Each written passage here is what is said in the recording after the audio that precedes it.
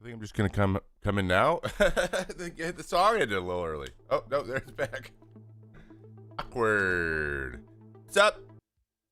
I wonder if their actual color codes are copyrighted or not. I doubt it. Yeah, we could do that.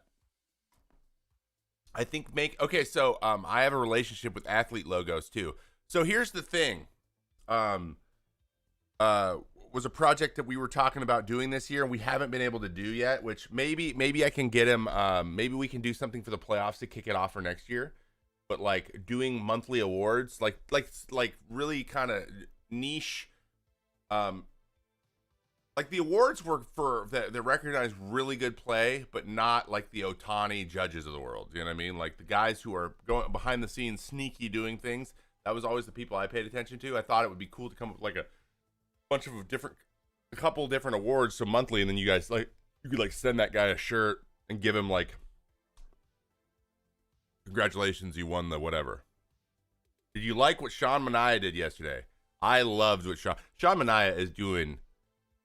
Beautiful things. And I actually noticed something about him, which is interesting. I haven't quite unlocked it, so it's something that I wanted to talk about a little bit today. But he's got two different, so his hitters won't be able to use this at all.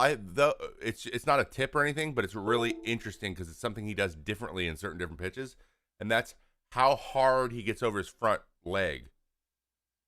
So he might just not do it on his chain. It's kind of like Clippard. Clippard used to fall off of different sides of the mound depending on what pitch he was throwing, which is funny. But Manaea does this thing where he swings his leg really high on certain pitches and he swings it really low certain pitches. And I want to do, why are the White Sox are a bad team? That's pretty easy, Daniel. They could not be less locked in. And I mean, if they lose 2 more, man, they tie the record. Like, can we talk about how crazy this is? Actually, I have a clip here, and I have stuff listed for the news. So real quick, before I get into it, before we get into like the show, I've done a lot of thinking lately, and I want you guys to keep something in your mind as we do today's show. All right, because I want your feedback.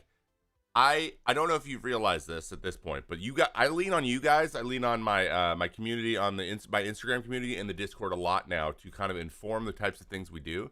And I want this to be the most entertaining and most valuable for for people who want to know about pitching, but also people who just want to mess around and like react to stuff in the baseball world. And then also doing deep dives and discussions and all kind of stuff. I want that to live here. So here's kind of the thing I want you to think about. I've done Sunday Night Baseball 3 weekends in a row, right? It's been a lot of fun. But one thing I felt a little bit the other night was like the star power wasn't quite what it was the first 2 times. And so you have to start. I wanted to get a little bit more in the weeds talking about like why Miles Michaelis does what he does and why Justin Steele is effective and all kind of stuff. The problem is the innings went so goddamn fast. And those things can get a little bit complicated, but I know I can explain it if I can just get 3 or 4 sentences in. And we just never had time. And so I was getting really frustrated because I was like, I don't know I can't start to like mention something cool because there's 2 outs every time. And they were also like, yeah, this is the cadence is a little weird. And so what I realized was commercials suck. And I hate the way that they ruin my thoughts. So if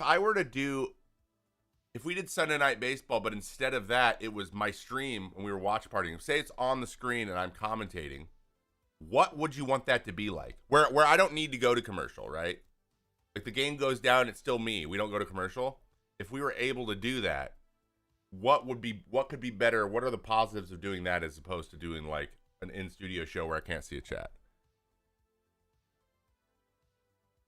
Trevor, did you know that Gavin Sheets' dad... Trevor, okay, hold on. Trevor, did you know that Gavin Sheets' dad was in the 1988 Orioles when they lost 21 straight? No. That's crazy. They are probably the first father-son duo to be on 2 different teams that lost 20 straight. I bet you. You expect Chicago to break the record? It's one of those things, A-Train, where I would walk in the clubhouse, I'd look around, and I just wouldn't even, I'm sure it's like a graveyard in there, right? I'd walk in and be like, guys, we cannot play any worse than we've been playing. Like, No pressure. What's the worst that can happen? We lose again? Like, you know, like do your best to be loose and just like don't be so worried about how it'll look if it happens, because you're just going to be a self-fulfilling prophecy. So just go out and like just do your best. Like, I don't know. I would just make fun of it. I think making fun of it is the what you need to do. Trevor Mays, you are my favorite Mets pitcher. That was the best Mets signing. It was okay, Daniel. But thank you. I appreciate that, man. Hey, Trev, I'm a college pitcher, usually around 90-94, but I struggle to throw a hard breaking ball. Any tips to pick up a secondary velo? Usually when it comes down to your velocity on your breaking ball, man, it's just about a lot of time it's about the type. Like, what do you throw? A slider? Are you throwing a sweeper? A sweeper, if you want to know, if you're throwing like a sweeping slider, I was, the hardest I could ever get that was like 82. So that's interesting. I'll await your answer. By the way, guys, I'm gonna just take your lead. So today I have some news stuff we're gonna get into. I have a few things that I just wanted to show you. Basically, it's just doing share time. So we'll get into the baseball news, and then I'm gonna let you guys drive the rest of the show till for like 2 hours and 20 minutes. So like it's gonna be an AMA situation. I'm gonna try to keep track of some of the questions I want to get to if I'm in the middle of something and it's interesting. I'll let you drive it, because I realized that the last couple streams I haven't left enough time at the end of the stream to do that, and that's why we're doing this. The King, what up, man? How we doing?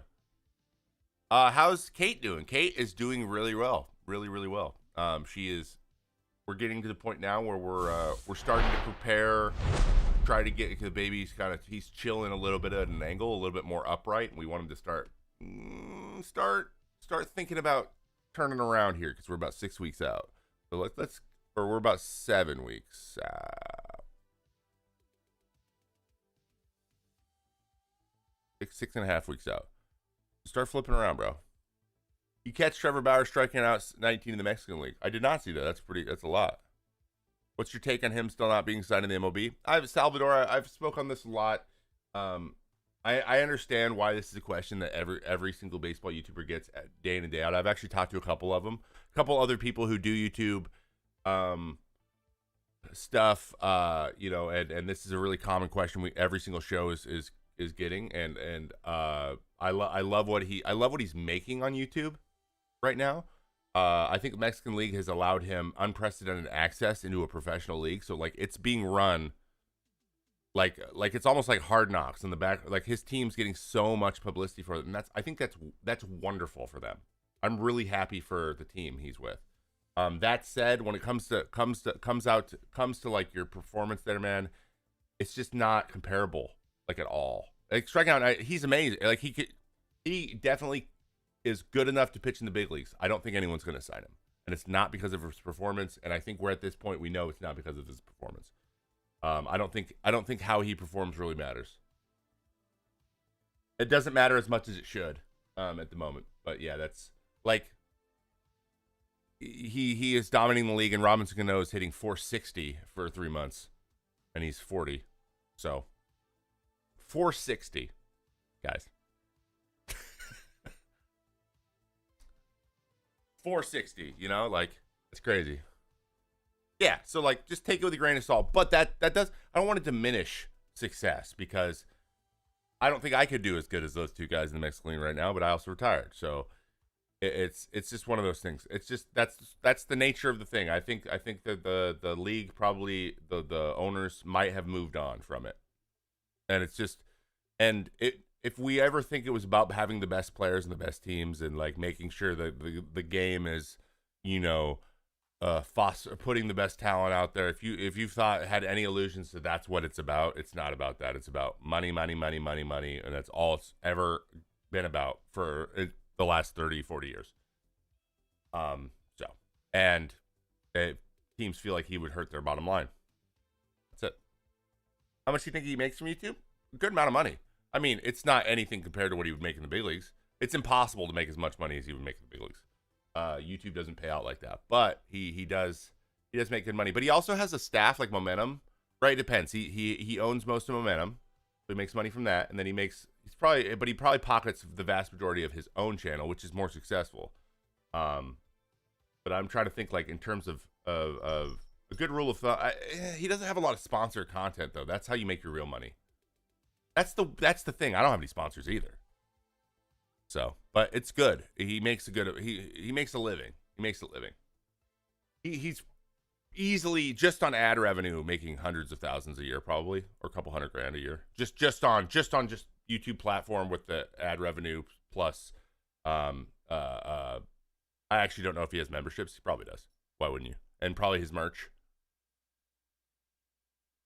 Has the ghost runner rule cost some bullpen guys their jobs? I mean, not directly. I don't think so. If anything, it's saving some jobs because you don't have to use as many guys and then have so much turnover. So guys are getting longer looks. The bullpen doesn't have to constantly be like all the time as much because we're not getting like those 17. Like you have a 17, 18 inning game, it just derails you for 2 weeks. So I don't know. I don't think it is doing that.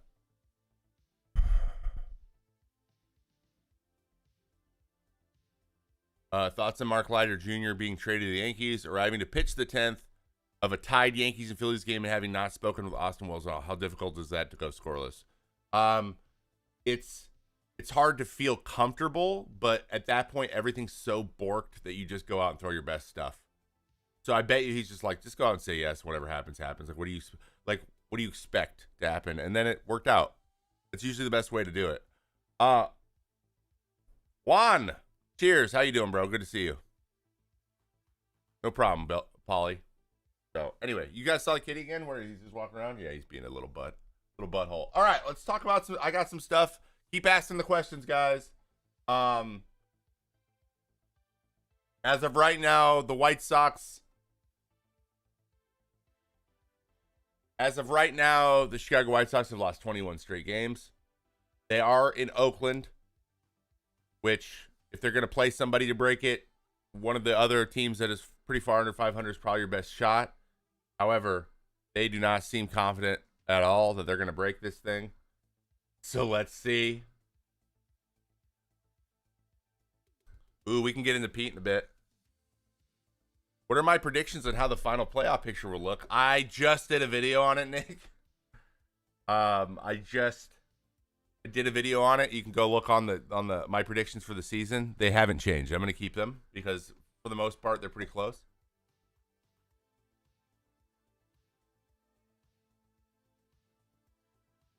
The A's have been playing really well, dude. Their offense is good, man. Lawrence Butler's still doing it. Let's see if we get audio on this. All right, I thought this was interesting. It's not baseball, but I wanted to touch on it real quick. It's not baseball. But Chad, can we this is from the Olympics. This is power walking, which by the way, anyone who is unfamiliar with power walking, you're supposed to have one foot on the ground at all times. I'm a little older, so I watched Malcolm in the Middle in the episode where Bryan Cranston got obsessed with power walking. But they all have their feet bobbed, so they're just like slow jogging. But anyway, this happened in the women's final, where Spain got real excited. She's like, "Yeah, I won," and she started to celebrate right at the finish line. Oh no! And that kid's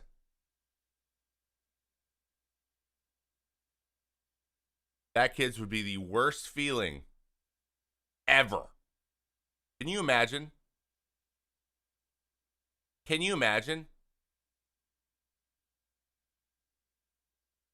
Oh, like, dude, this is my stomach drops every time I watch it. So that's why we say don't pimp homers, kids. I'm just kidding. You can pimp homers. Homers don't have those kind of stakes. But if you miss home plate on your homer because you're too busy, then we got a problem. You know what I mean? If it's affecting the ability for you to actually have a home run, while you run out ground balls, maybe. You can see in slow-mo and her feet are slightly off the ground. Someone did a breakdown. They had a shot of 7 people in a pack. And they all were off the ground at almost the exact same time.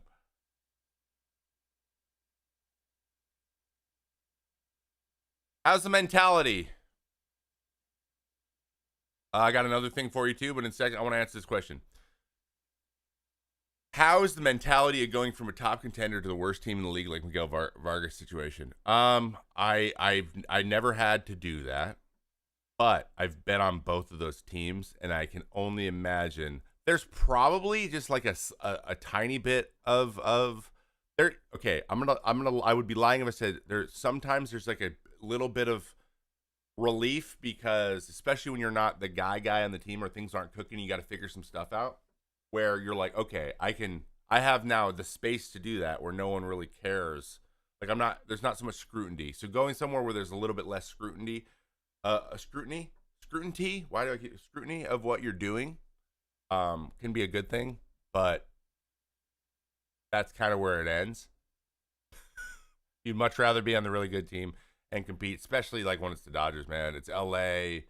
The weather's perfect. They're always winning the division. You're always going to be in it. You got all these stars around you, so it's not all you. That's a primo place to be. And then you go somewhere that's probably a much different vibe in the middle of a losing streak must be probably one of the hardest things to do in sports.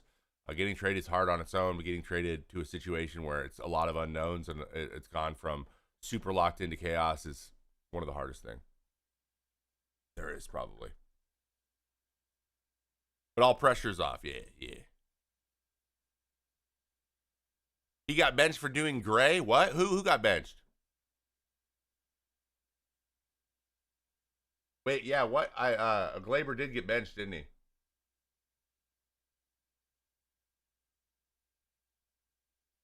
Ooh, so I love this one. I'm good, Barbara. How are you? Thank you for asking. This is a nice little teaching moment. Let's do a teaching moment real quick. I want to teach you guys something. This is something you might not know, so you might not have known about because it's like a little bit of inside baseball. So teaching moment.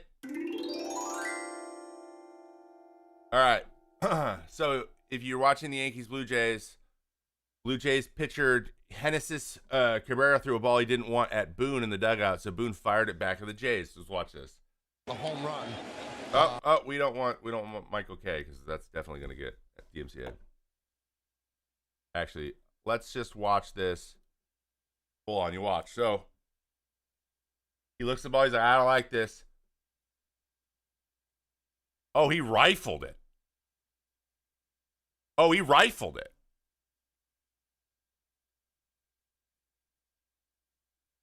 Oh, that was I thought he rolled it. He rifled it over there. Okay, first of all, this is a little bit of a passive aggressive thing. And he had just given up a homer to us to Soto. Just given up a homer to Soto. And then walked Judge. When inside baseball is literally inside baseball, you're Barbara Smith. It's going good. So then they discussed it, like, what do we do about this? Do we give warnings? Like, because I'll be honest, Cabrera is in the middle of stuff a lot. Like he's got a little bit of a temper. Like he shows his emotion real fast. I didn't know you rifled it in, but the term of throwing, the idea of throwing a baseball in, you're supposed to throw it into your side, but I've had a thing where I could ball and I kind of always just like naturally threw it left because my home side was that side, and then I would do it on the road sometimes like there, and then I'd be like, I'd be like, my bad, because it's an etiquette thing. But the reason you would naturally think to throw it to home side, because usually those bat boys are the ones that are supplying the balls for the game. So like the ball bag where the bat boys keep the balls and then they repurpose them, they use them in BP and they give them out to fans or whatever. Those bat boys are usually in the home side.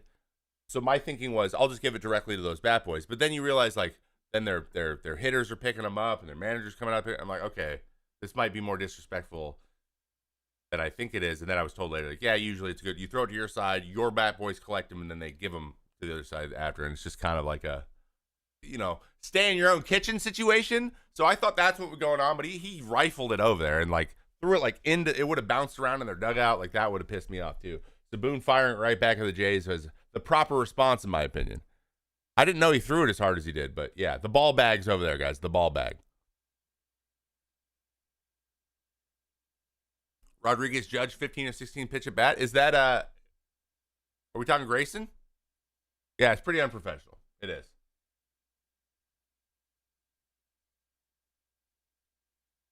Aaron Boone is so fiery and everything but his media answers. Yeah, well, you can't be fiery. He just knows. He knows what that would do. Who was your best Dominican teammate? Like my best friend or the best player? Well, then if he throws it back to the pitcher, right? It's a whole thing at that point. All right. In other news, how are we feeling about this play? 1-2 count, 2 outs, 9th inning. Mariners tie game. Now, one thing that they didn't do is put the scoreboard somewhere so we could see that it's the tie game. So you don't really know that. So it's a tie game here. And Carlos Estevez throws this pitch. Called a ball. And JT's a very good receiver mostly, but oh my God, that is dunk city right there. That was dunk city. I don't know how you call that. I don't know how you call that a strike because of how it's caught. It was one of the worst received. It was a bad miss, right? But like, I don't blame him. And then ball 4, game's over.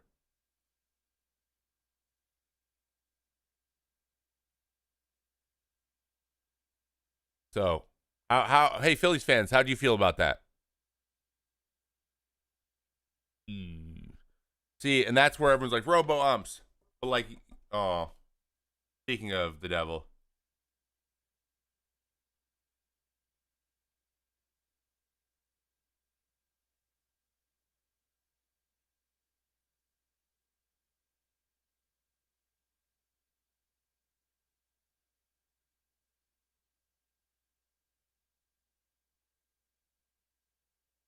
Hold on. I have something for this.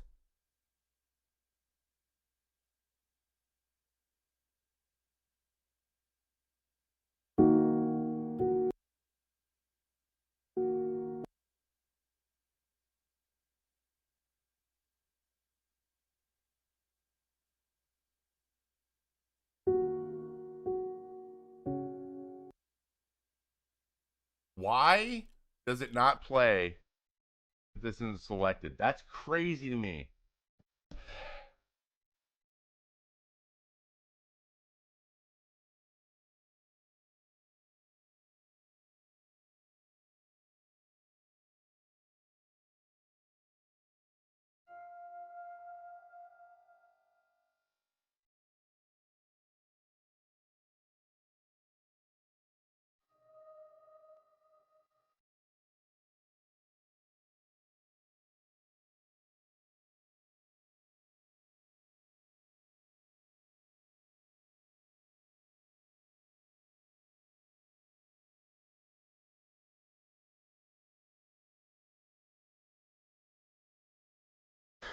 That's just mean. I'm being mean. Okay. I'm not being mean.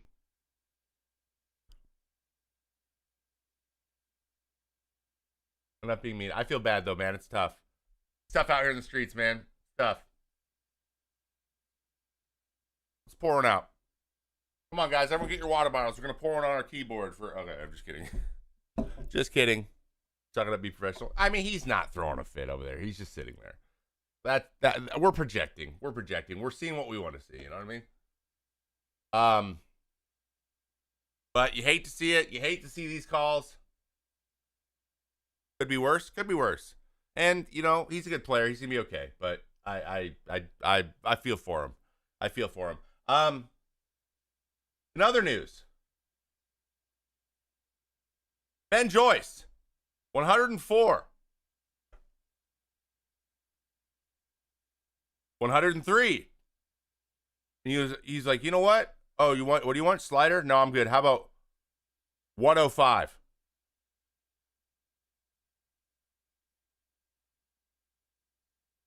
And I'll be honest, I've never seen JD react like that. I've never seen JD be like.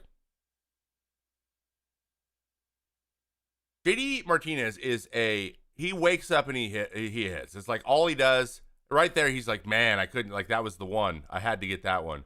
But this is straight up blown by him. He had no chance. He started right when it came out of his hand. Is right there. He's like, I got defeated. And then he said after the game, that is the hardest pitch I've ever seen a human being throw. And proper reaction, which just, if I miss anything from playing, it's me being able to do that reaction. I need to find something that I can be like, ah! Like I love it. I love it. Dude, 104.7 out of a guy this big. Ben Joyce, he got the first year. He struggled a little bit last year, dealt with some injuries, and now he's figuring it out. Pretty awesome, bro. That's a strong dude right there. Do you think Ben Joyce is gonna challenge Aroldis Chapman's gas records? Already is, isn't he? I think that was the hardest swing and miss pitch ever. And then Josh Bell hit a 102.7 out the other day. So that was like the hardest pitch ever hit out. But that thing, I love that. I love that. Best feeling, you can tell he's never felt more dominant, more powerful. Love it. And then this one also got me. This is my favorite stuff. And let's see, I might just play the audio for you. I don't know if you guys have seen this. Have you guys seen this? I need one pitch. You take me out of that. You take me out of that. I love him, dude. I love Salvy so much. One pitch. You take me out of that. He's just laughing, having a good time. Oh, go Pucheo. Wait. Oh, did Scooble threw to Perez, didn't he, in the All-Star game? Maybe. Maybe threw a pen to him or something. They might have had a conversation. Salvy's one of the best. He's like, he's the new Miggy for me. So Miggy Cabrera used to do, you threw a pitch like that, he wouldn't be like, good pitch, you strike me out a lot. He'd be like, and give you a thumbs up. So if you ever threw a pitch and he gave you a thumbs up when he swung a missed or got fooled or something, or gave you one of these, well, he'll look you in the eyes and be like, and it's just like, I don't know. It feels like you're being a kid again. You guys are just challenging each other. It's so much fun. So seeing that, I was like, I don't know. I got the feels, bro. Scooble's so good. And even then, like, you can tell he's like being super serious. Like, got him. And then notices he's messing around. As a pitcher, seeing a hitter kind of just like make it light too, really takes some pressure off you as well. I don't know. They're just having fun, man. It's all, you know, with all the betting and everything, like people sometimes you get yelled at some pretty vitriolic stuff these days. So like, and you know, everything's on it. I don't know. I've just been like watching hopeful shit more recently. So I love it. So funny. So funny. I lost it. I thought it was great. All right. Ooh, any thoughts on why Arenado isn't playing as hard, or at least being called out for it more lately? I haven't heard that. B-Seps, is there like an article about it? We can check it out. I want to check that out.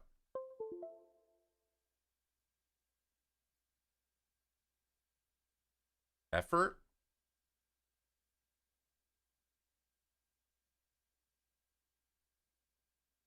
Did you go to Joe Mauer's Hall of Fame induction? Unfortunately, I was somewhere else. I did Sunday Night Baseball that weekend. So I did that Sunday. You hear about Freddy Freeman's 3-year-old son? Yes, it's so wonderful to hear that he's okay, he's stable, and that they've been able to get on top of it. That's so wonderful. Good for him. Like, really, that's awesome. I'm so happy for his family. I was thinking about them. You know, I'm about to have a little boy myself, so chat. That stuff is like my biggest. I mean, I think it's every dad's biggest fear. But like, that's the thing. I'm gonna be when the way that I felt when Donnie had his accident. My cat fell out the window, and waiting for 2 days for when he was in the pet hospital. Like the way I felt for that, I'm like, I can't imagine it being 10 times worse than this. Like your human, like your child, right? If something, I mean, not that specific thing, but like if it got sick and it was really scary. I can't even. It's like one of those things you just can't fathom it. But yeah, I can only imagine how that felt for Freddie, being kind of helpless, right? Especially when you're used to being in control and being able to like work through issues and not being able to do anything.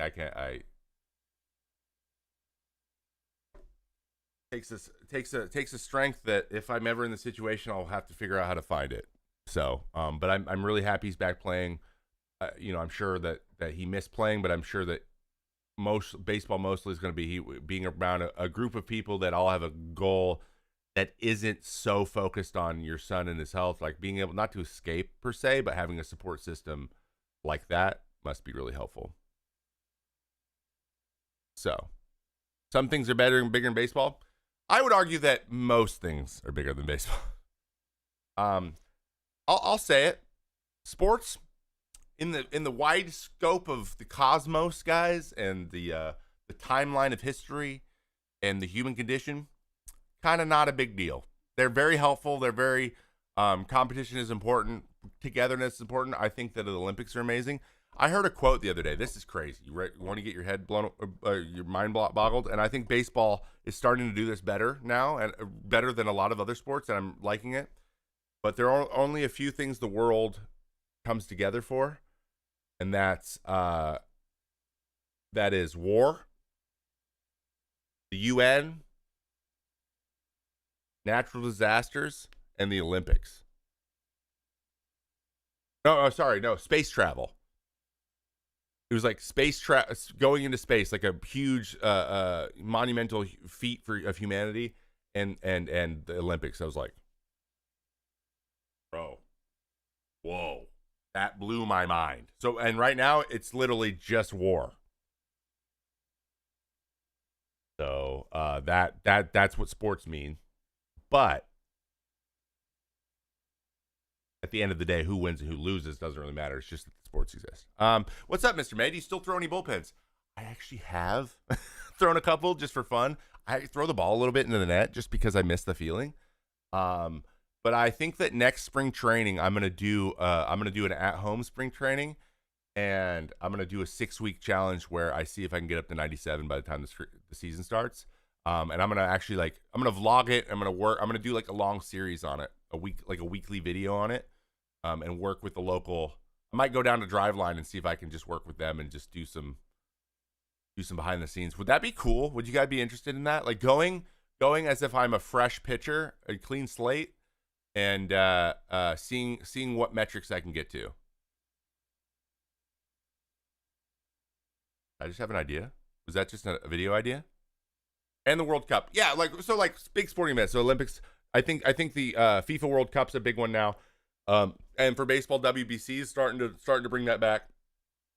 And I think of some of the big golf events too, like the Ryder Cup is a cool one. And I just watched the Federer documentary too. So the Laver, is it the Laver Cup or the Laver Open? The Laver Open that he started, where they do like Europe versus the world. I think that's pretty cool too, tennis. I love that stuff, man. I love that stuff. Honestly, when they had the Overwatch World Cup, it was sick. It was awesome. It was one of the coolest things I've ever been to. Really. Really. All right. Okay. News. So I have a ton of, I got some questions here, guys. You want to just AMA it and go? You need to pick up some innings with the bananas. I have a contact. I might do it next year. I might do a little bit of a tour. Okay, Thomas Galvin wrote on Redbird's Rants, wrote about Arenado's effort against the Rangers when there was a dribbler to third yesterday, like the Alvarez hit he gave up on.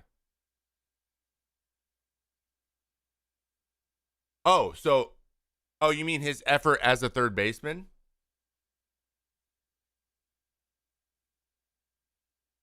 Wait, I have a question. Oh, so Redbird Rants. Is that Twitter? What is Redbird Rants? Is that a blog?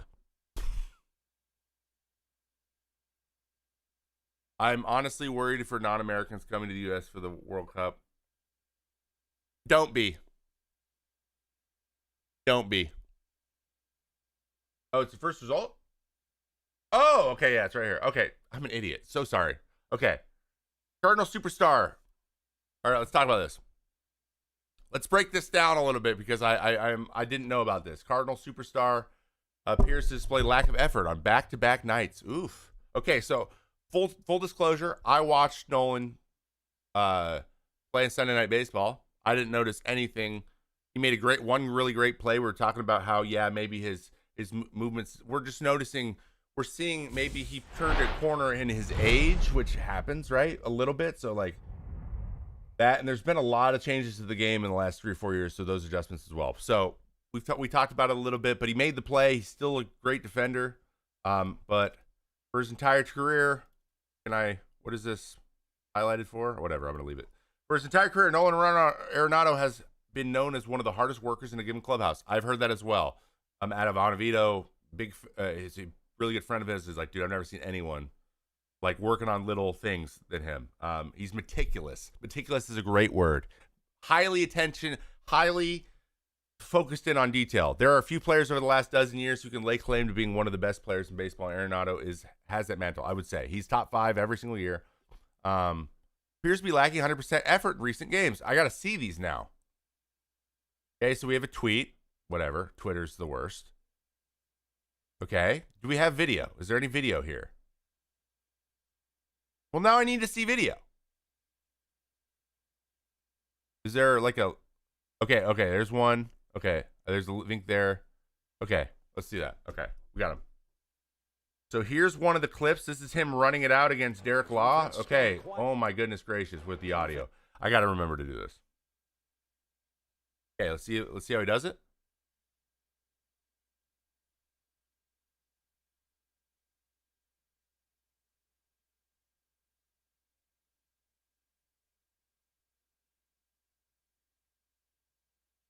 I don't really know that's not a big deal to me, that one. Guys, here's one thing we need to know. So here's the pitch, right? He hits it hard. He hits it all right at him. It's a one hopper. He's like, man, I don't know if CJ touched the base there, but Nolan's got no chance of being safe there. No chance. He's got no chance. So like fully running it out, like sprinting and trying to beat it, he's not going to beat it. He just simply isn't going to beat it. He's either going to be out by 5 steps or 2 steps or 1 step. He's going to be out. I'm okay with that. That didn't look like a lack of effort to me. I didn't see what he did out of the box though. That didn't seem too bad. But remember, and there's a caveat here, right? I'm going to make sure that I say this. I want to be very clear here. The Cardinal way has a certain expectation about hustle and the showing hustle, and they would prefer eyewash hustle than energy conservation. They would prefer you to look like you're trying hard, even if you're not. And most, I mean, I think that's pretty universal, but it's very like we've heard a lot about it when in relation to this team with Tyler O'Neill last year. Like, let's just put it this way: Giancarlo Stanton was doing what he does, rounding third, like trying to protect his ankles and stuff because that's issues he had in the past on plays that might not be close. He would be decimated there. Decimated. It's part of the way. They are maybe the most old school organization in terms of that, where they still do a few things, and this is anecdotally, I've heard this through the grapevine. They still have a little bit of a propensity to do things just because they've always done them, not because it's helpful. And there's a few, like they're coming around, but not as fast as other teams. So. Yeah, the reaction when he hit the ball is really important here. Okay, so that one doesn't really bother me. So let's go to the next one, and then this one's on a fielded ball. Okay, so this is against the Rangers.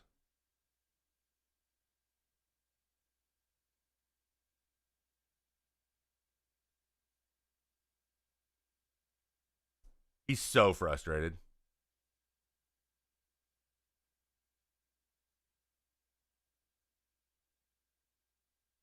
See, so that's not I think what we're interpreting as like lackadaisical or like lacking in effort is actually his frustration snapping. That was Nolan Arenado snapping right there. Like that was like no, F this, I'm done. I'm done. I'm not chasing that ball around. I've been there. That's him not wanting to blow up. He's like a nuclear bomb just went off in his head, and he's like, swallow it.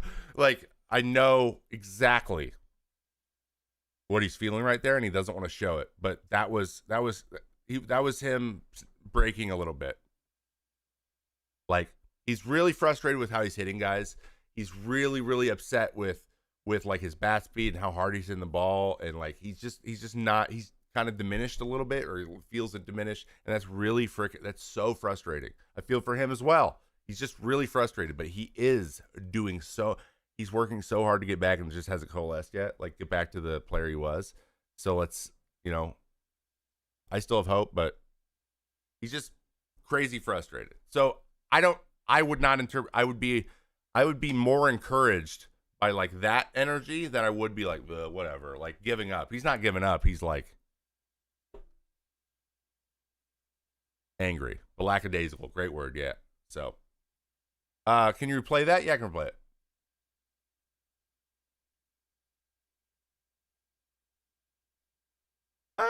I don't think so.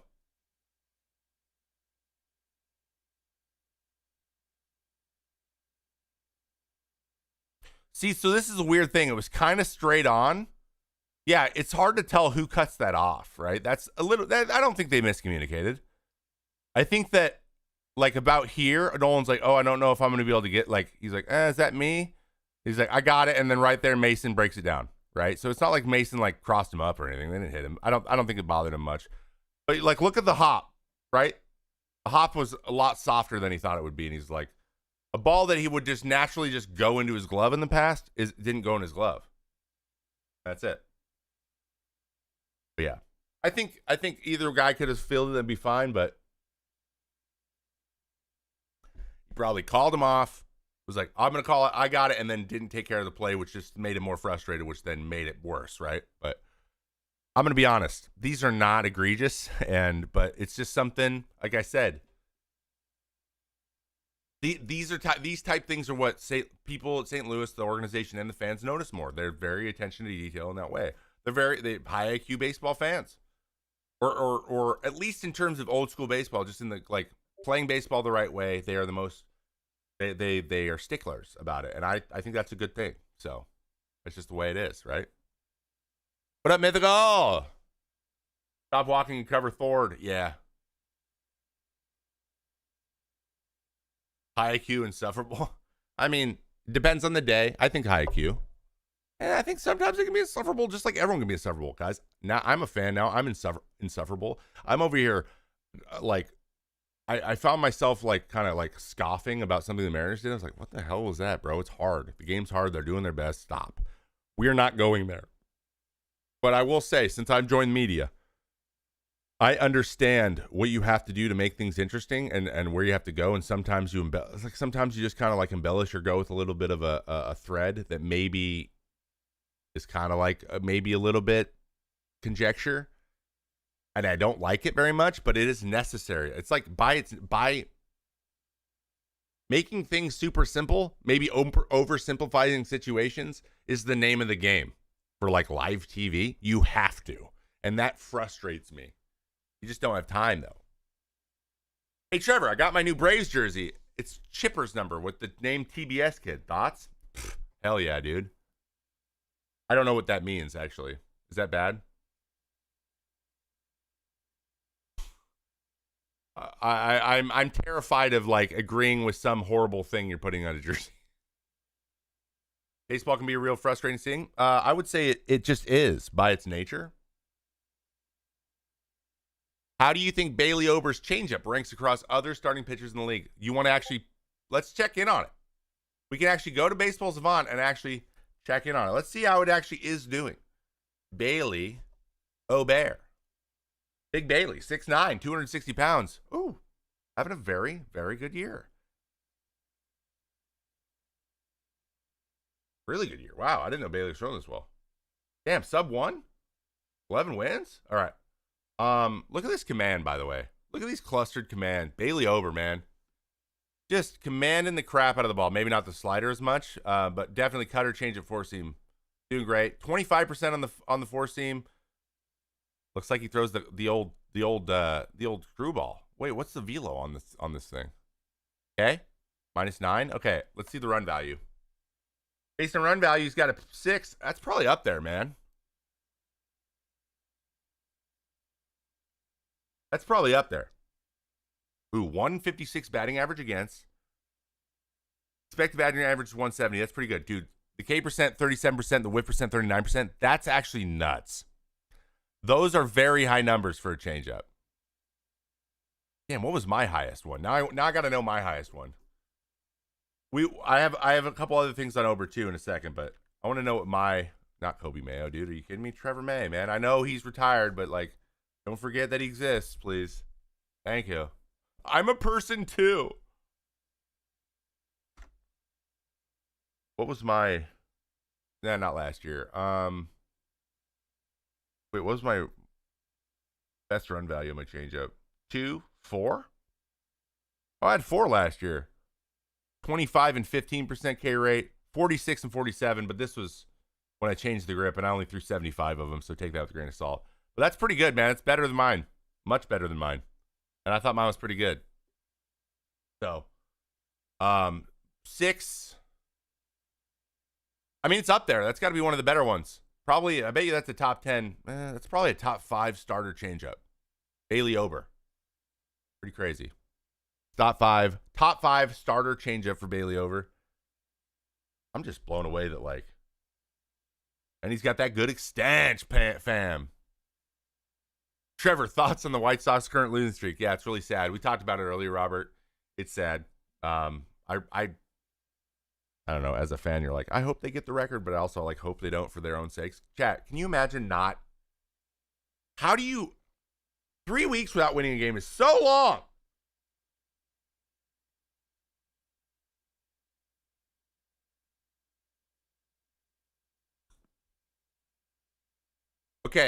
Okay, Trevor, I got a question for you. Could you talk a little bit about what's going on with Corbin Burnes and base runners? Corbin Burnes and base runners. Last year he was the least passable with holding guys, but this year he gets run over harder than roadkill. Okay, well there's a big thing. Corbin Burnes. Okay, let's because you can check out how he holds base runners. I believe he gets a stat for that. No, he doesn't. Also, pretty good pitcher. How many stolen bases has he given up this year? I don't even know if that's on here. He is allowed. This is pitch tracking. What am I doing? Oh, I can just pitching. Fielding. Maybe fielding's on here. No, pitching, standard.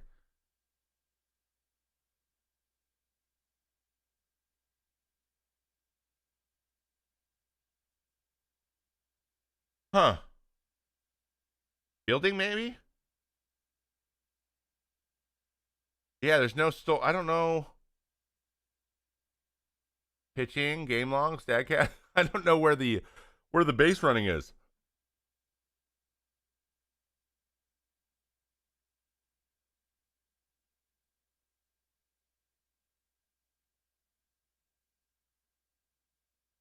This is new. This is new for me. Okay, I'm gonna look it up. I think it's on Fangraphs. Do Fangraphs then.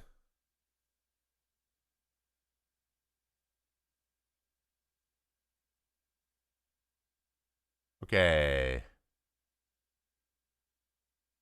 Standard.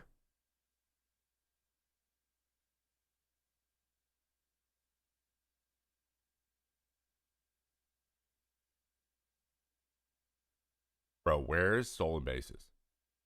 It's 29. Where are you seeing it at? I need to know where to. How do I not know where stolen bases are? Why can't I find that stat?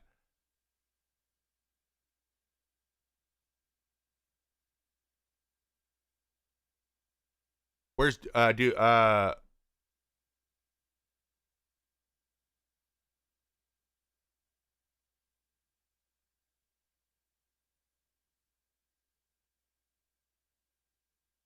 So weird.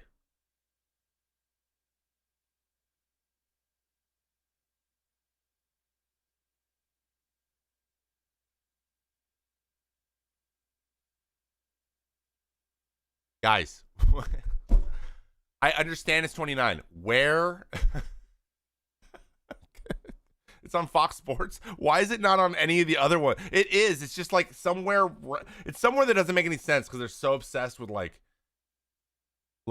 all this super in-depth stuff that you can't even see like stolen bases are important. Just the number of stolen bases is important, and it's just not even on here. Fielding? Yeah, there we go. 31 stolen bases, guys. Or is that the whole team? No, this is his starts. 31 stolen bases.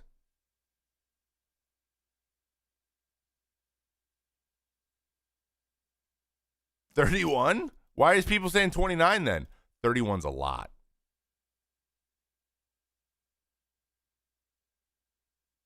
That's a lot.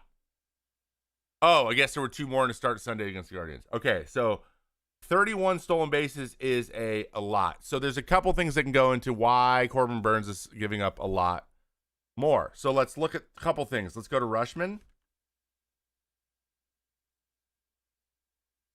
Oh my God, Adley.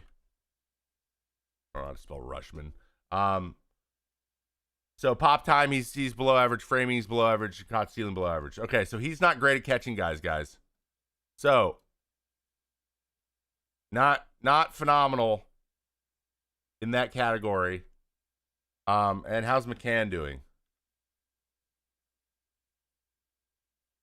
He's usually pretty good. He's not doing great either. So he's got an average and below average behind the plate right now, just in terms of how they're doing in terms of pop time, framing, and caught steal. So the catching hasn't helped him much. But let's look at what Contreras was last year. Will he see? He's about average too. So I don't really know. He's down there as well. That's like Noah Syndergaard's numbers of stolen bases. So it could come down to a couple things, right? The team, he could just be like not worried about it. It could be a team philosophy thing with the Orioles, right? We don't want them throwing down as much. They don't attempt as much. They give up more like uncontested. It could be the catching quality. And it could be he's just stopped using pickoff moves. All of those things are possible. But he doesn't seem to be slide stepping at all. I don't know if he stopped doing that on purpose or not. But yeah, at some point, like you just got to not worry about it because you're confident in your ability to strand that guy. Ottavino's like that. Kenley Jensen's like that. Craig Kimball's like that. Like, just go, man. I'm not going to worry about you. Just go. And then if you're gonna make the bases bigger and then make it so you can't pick off and like whatever, you're just gonna make it easier. Then I'm gonna care less, right? They're gonna care less. Now that doesn't help, right? They should care. And there are little things you can do to shut it down. But if it messes up your pitching that much, or like you have to be long to the plate, then you gotta be long to the plate. He used to only slide step though, which is interesting. He doesn't do that anymore. Does it have to do with catchers trying to frame more? That could be what the Orioles do. The Orioles could just be focused more on the framing side and holding the framing than throwing the guy out. As opposed to with the Brewers, they tried to throw guys out. You know what I mean? Like sometimes that's a thing, really. Like our philosophy is just give them up, and then we'll work on this other thing based on. Contreras didn't catch for who was the backup then? Was it Maldonado? Was Maldi? No, Maldi wasn't on the Brewers last year. He was on the Astros. Who was on Caratini? Caratini's pretty good, man. Victor Caratini.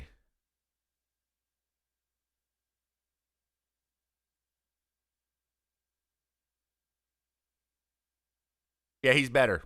He hasn't caught a ton. Actually, we can check in from last year. Oh, great framer, though. But again, his is probably caught stealing below average. That's probably not his fault. You know, Burnes, if he caught him all the time, then he's going to get affected by that as well. But that's why they liked him back there. I like that. That's exactly why. It was because Victor Caratini was his personal catcher.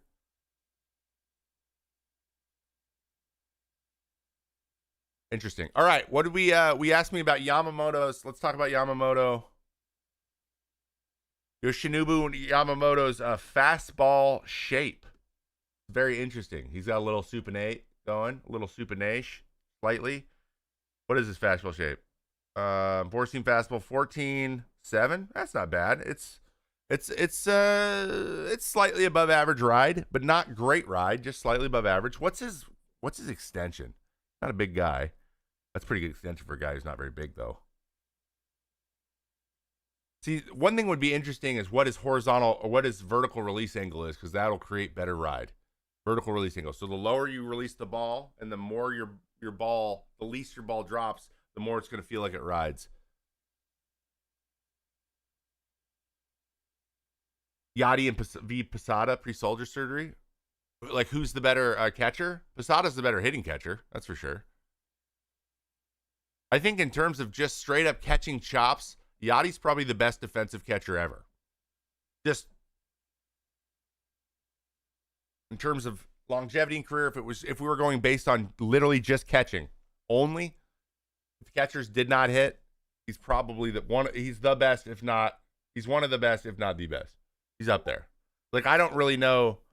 Yeah, I'm trying to think of like defensive catchers that are like Pudge, you know. But even like Posada was more of a hitting catcher. Piazza was definitely more of a hitting catcher. Pudge was mostly more of a hitting catcher. Chooch was pretty good.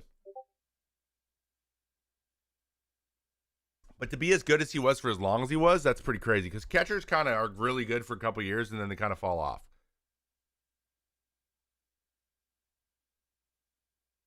Really? Fabergé Poop. Love your name, but I love your comment as well. Thank you.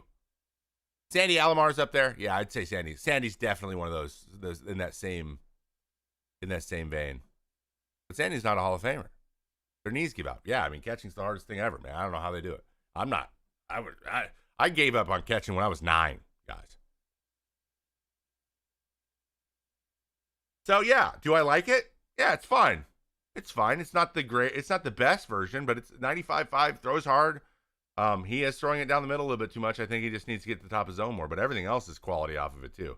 Literally, if he just threw his fastball here exclusively, like look, slider, boom, sinker, boom, curveball, boom, changeup, split, boom, cutter, but like these are all located so well. The only thing it isn't is fastballs. And by the way, let's see what what his run value is, and that's his best run value. Interesting. How much does pitch sequencing impact pitching results in your opinion? Ooh. You guys ready for another one?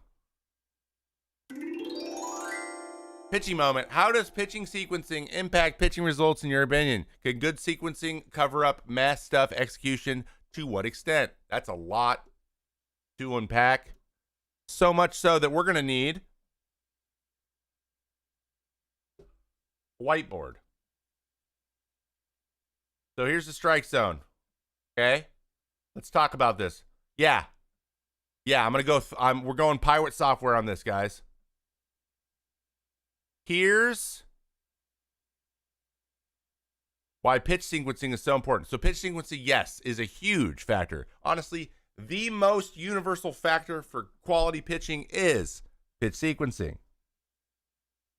It is. Now, your dependence on pitch sequencing can change based on how good your stuff is, but everyone needs to sequence well. Is it going to erase? Oh, yeah, Papa. Everyone needs to sequence well. So, here's kind of a way to think about it. Are you ready?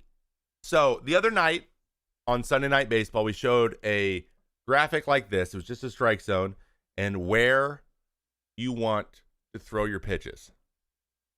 Okay? Right? So, I need a bigger version of this, or maybe just a different color. Is there like a marker or something? Okay, so first thing I would do. So this is how you come up with how you're going to sequence, and this is why everyone needs to see. So I'll talk about like the different types of pitchers and how this will work.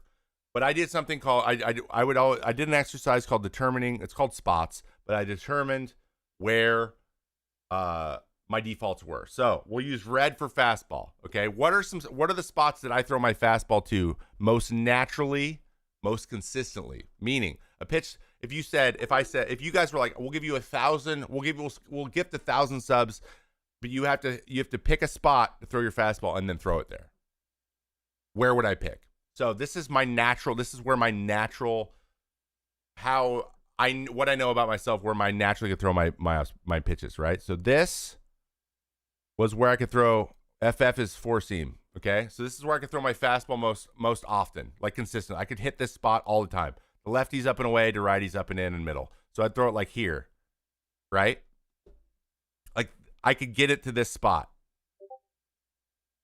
Now, I would aim for this spot. It would end up here. So like this is kind of, so like one and then it end here. So like boom, fastball's coming up here. I could hit this spot all the time, right? When it comes to sliders,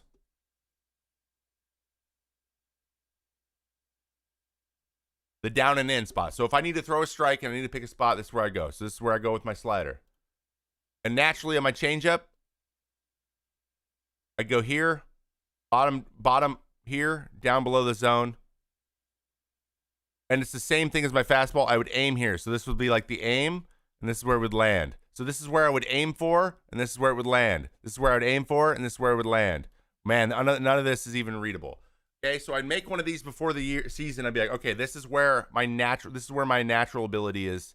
This is where I go to naturally. All right. What this did was create one single tunnel for me.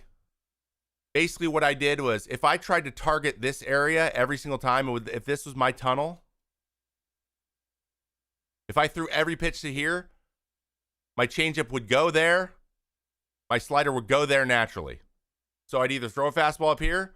If I threw a changeup aiming for this, it would, based on its movement, it would end up here. And if I threw a slider here, it would basically move up here. Obviously, I would slider would try to be here, changeup would probably be there, and fastball would be here. But same tunnel. I'm aiming for the same spot. So the catcher can sit in the same spot. The slider goes boom, changeup goes boom, and fastball goes boom. Right? Tampa Bay style. Exactly. M-Dub, 66 months, Sunset Beats, 2 months, 27 minutes ago. I'm so sorry if I missed that, Sunset Beats. I love you. Scotchos with a brand new Prime sub an hour ago. I'm a forehead-looking forehead. Thank you, guys. Let's get some Team A in the chat or whatever you guys want. All right? So that's how I choose tunnels, and that's why sequencing is so important. So now let's talk about, create another one. How do I create another one? Okay. So every pitcher should go in knowing where their pitches go. I just did this with Joe Boyle. We had this conversation. I was like, where can you throw your pitches? Where are you most confident throwing your pitches? And now let's come up with a game plan from there. Then what you do is you use those ideas. You're like, this is the tonal I use, and this is how the thing moves. That's where I'm naturally most comfortable. And then you go look at what the guy does and what he hits and make decisions on where pitches are going to end based on what they hit well or not well. And then I come with a report. So let's do a hypothetical here. Okay, where's the drawing tool? What happened? Online text editor. This is not what I wanted. What's happening?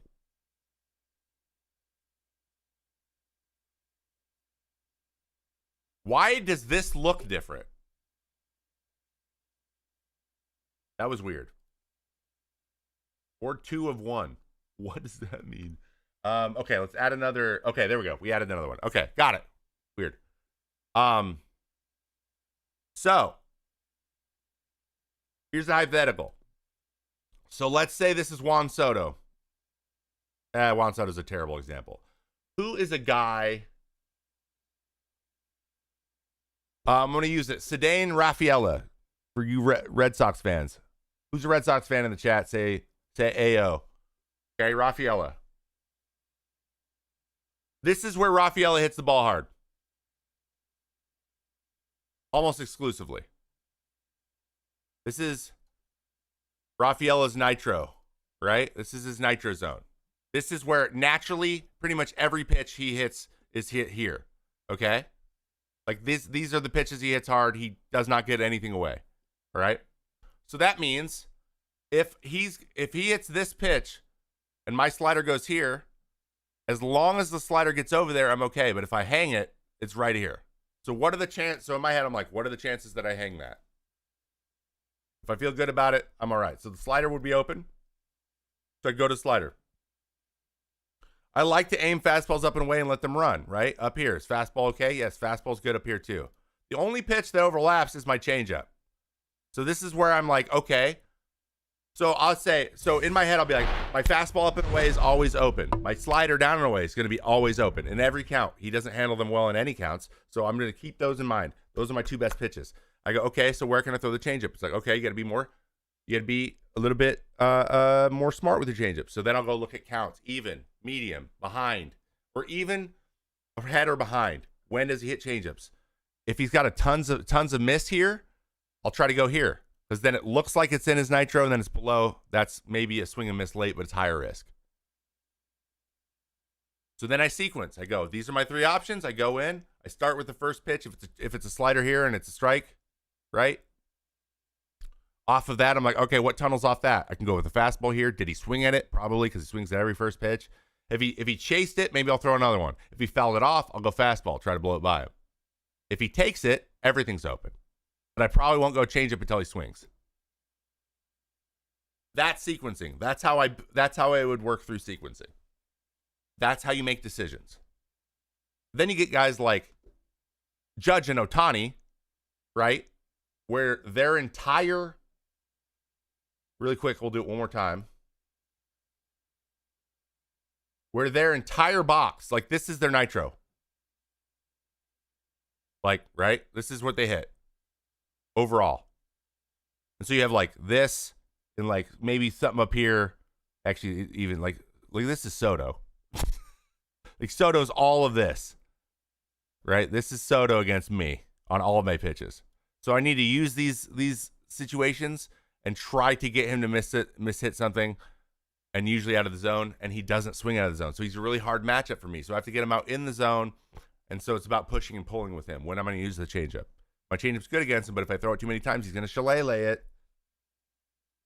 Sliders are good sometimes. Fastballs are rarely good.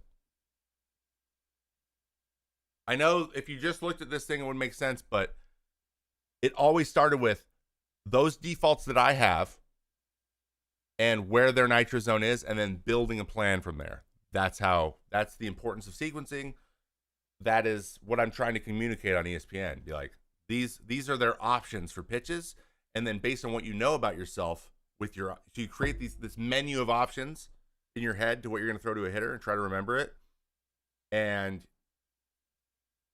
then you create your sequences based on what the options you have available. Huh? Okay. Speaking of fastballs, can you explain the difference between throwing hard and throwing fast? Semantics. I think that means the same thing to a lot of people. I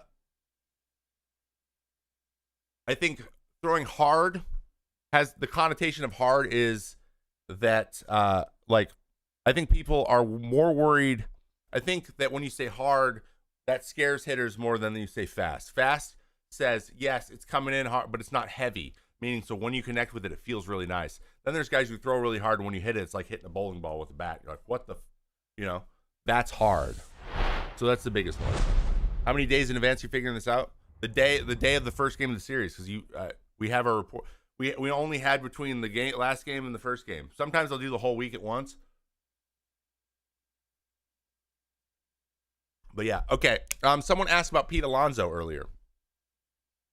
Do I think Pete Alonso's free agency year is getting to him? Maybe a little bit, but I don't think Pete's super worried about that, knowing him pretty well. I don't think getting a massive deal is his most important thing. I think that it's important to him that he gets what he's worth, right? But I don't think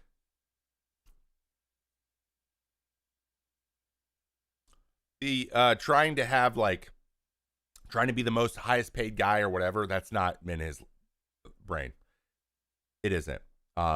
But it is about betting on yourself too. So there's this push and pull, right? He's a great guy who would be open to a team friendly type deal. He would, but he also knows that he has a responsibility to the market as well, like other first basemen.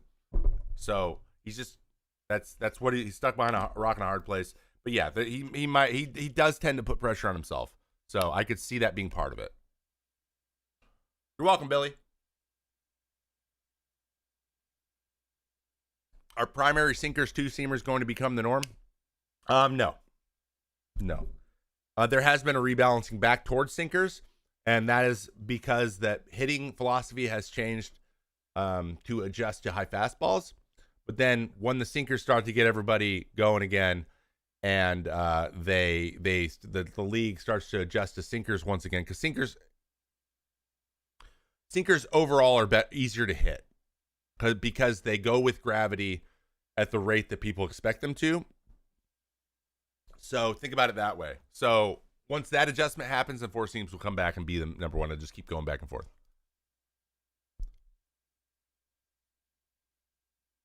Is Josh Hamilton one of the biggest what-ifs in baseball history?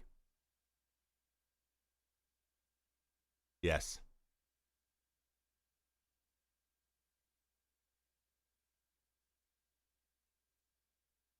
Ooh.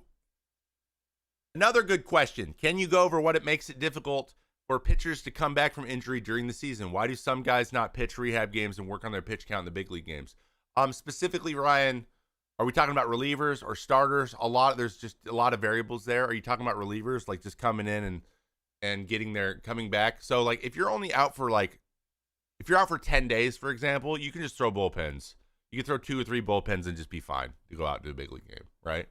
If you've been out for a month, you got to go, especially pitchers, you got to go throw rehab. Starters are almost always going to go in rehab because they can't take that much time off because they're going to lose their endurance. What smart ring is this? This is an Aura.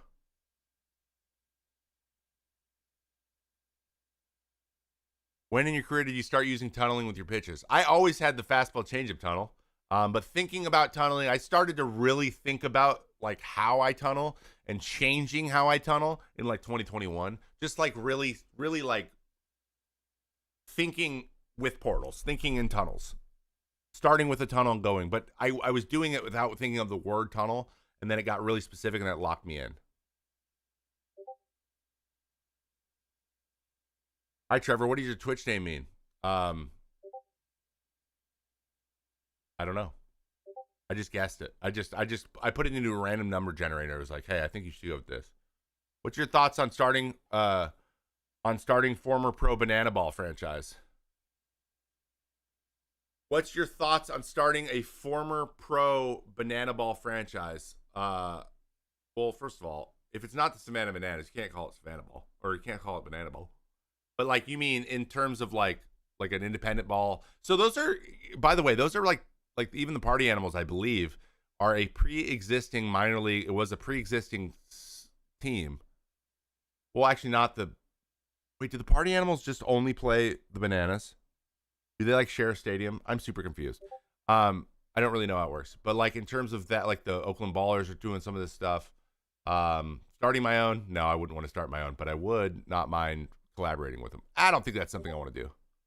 Why are my Discord things going crazy? I have this turned off and then it turns right back on. Oh my God, guys. 1 second. Let me turn it off. I have streamer mode on. What is going on?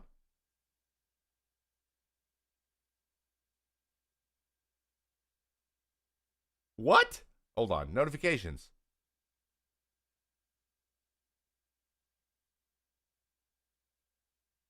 Disable all notification sounds. On. Oh, that was on the other computer. Okay, we're good. We're good. I fixed it. But yeah, it's on streamer mode. I don't know why. It's not supposed to ding when it's the streamer mode. Yes, Bananas were previous. I know about Savannah. They were the Sand Gnats. I played against them. I know all about the Bananas. Party Animals are the Washington Generals. I know the Party Animals are the team they play all the time. What I'm saying is, were the Party Animals also another minor league team? Like, do they have another stadium that they have their own home thing, or do they only exist within the Savannah Bananas universe? Or are they just a second team that the Bananas built to play them, right? Or was it a separate thing that they brought in? There are 3 teams in the Banana Ball League. Okay, cool. Do you think the Chicago White Sox are losing 121? No, I don't think so. I think towards the end you get a lot of young guys that are just playing for fun, and they're gonna play spoiler, and they're gonna ruin some teams' seasons at the end by winning some series. That's how it always works. They create them. Okay, cool. What is your routine for arm elbow recovery after games in order to prevent extended soreness? Very good question. I use something called a Mark Pro every single night. I honestly don't try. Let's see. Hold on. Let me see if I can just pull this thing up and show you guys it. Because these are, guys, anyone who, even runners, so not sponsored. Not sponsored, guys. I am, not affiliated with these guys at all.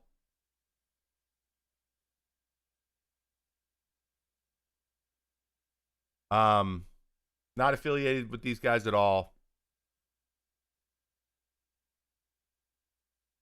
I was worried about my address showing here, but I just realized that it's my P.O. box is on here, so we're good. You guys already know that. All right, I'll show this.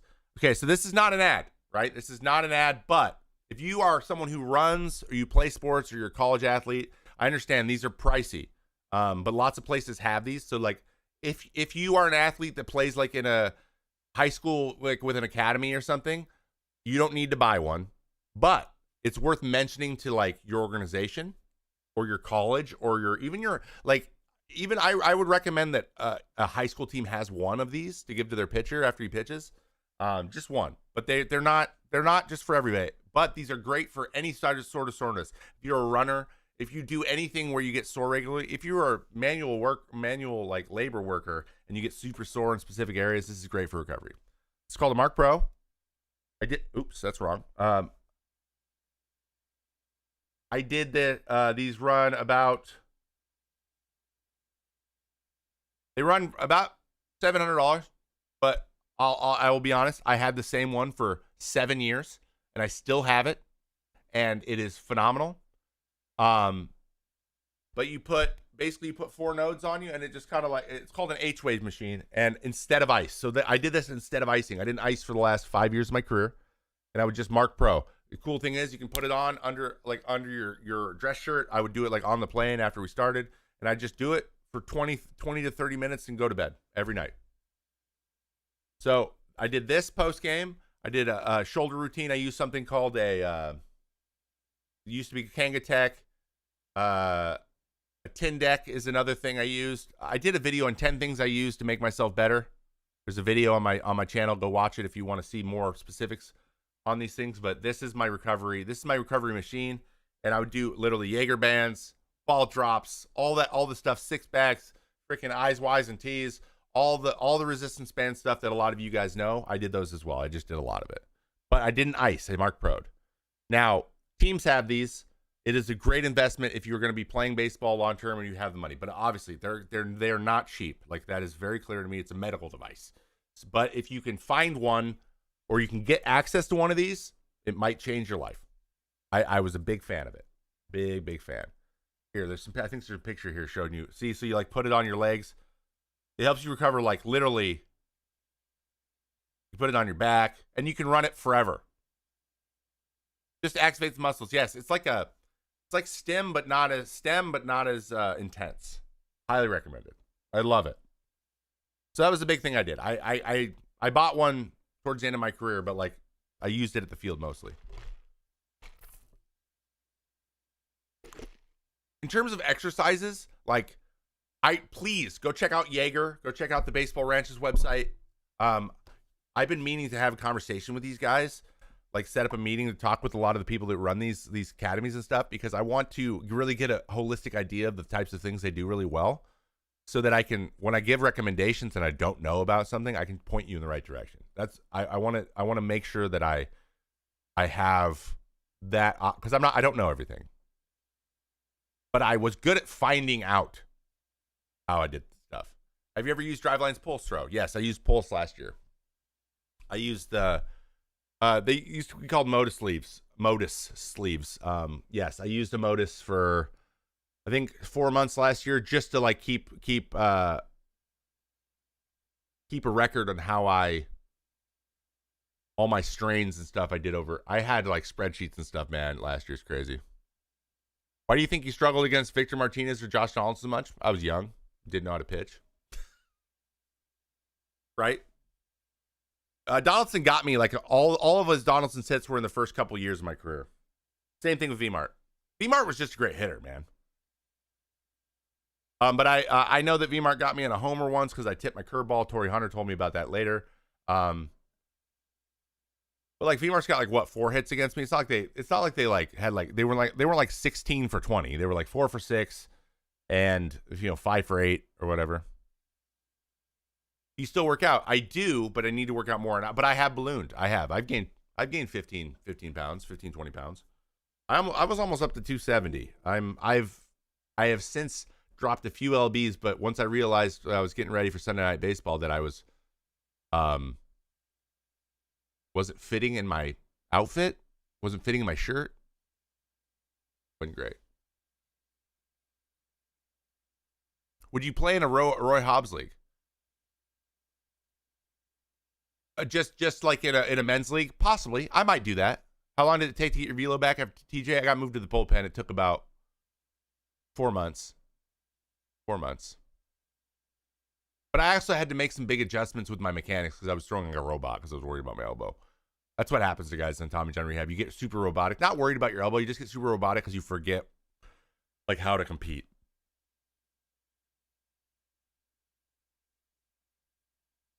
You don't need to stay on the same regimen as you were as a player. Yeah, but I will want to. Verse, you did great against Jose Abreu. You were older, more experienced. I faced Jose Abreu a lot more throughout my career than those two. I faced them only at the beginning, really. And then I faced Jose Abreu all the way up. He was like my like 7th to last hitter I faced. You have a least favorite worst MLB stadium for pitchers. Yeah, I feel like Houston's not great. Cincinnati's a joke.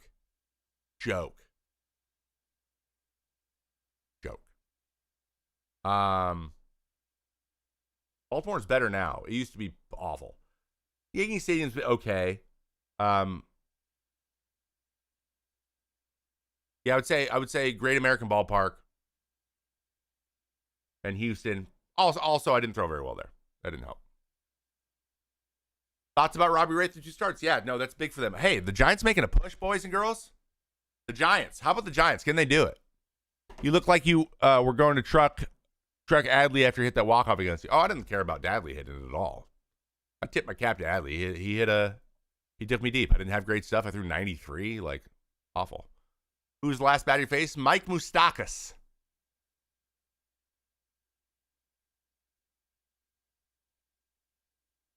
Have you looked at Sean Manaea's Baseball Savant page? I have, but let's check it out. You guys want to...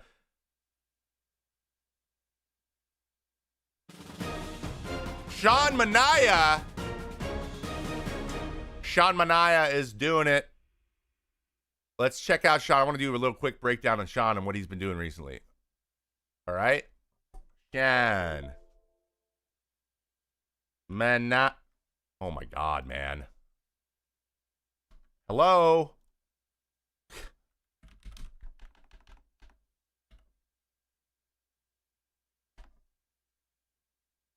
Sean Manaea.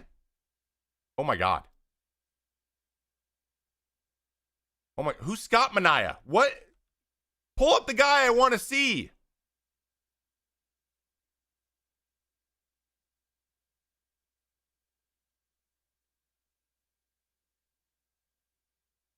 That was crazy. It just would not pull up his name. I had to type in Sean, M-A-N-A, and then it's like, oh, that's who you want. Okay. Sean Manaea. 1 sec. Sean Manaea, MLB. Okay. Let's look at his last 7. Sean Manaea, last 7. 3-1 with a 2-2.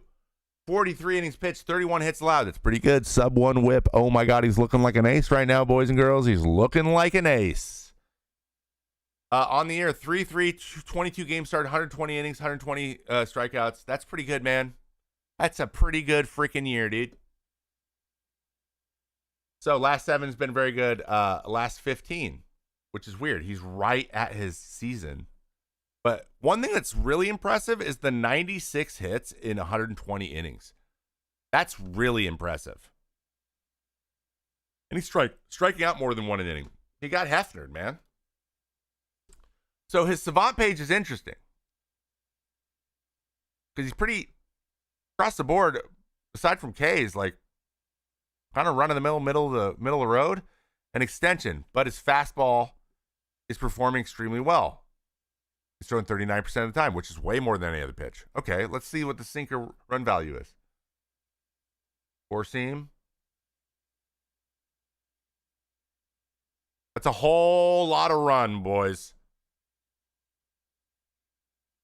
Wow. 13 run value, huh? That's pretty up there.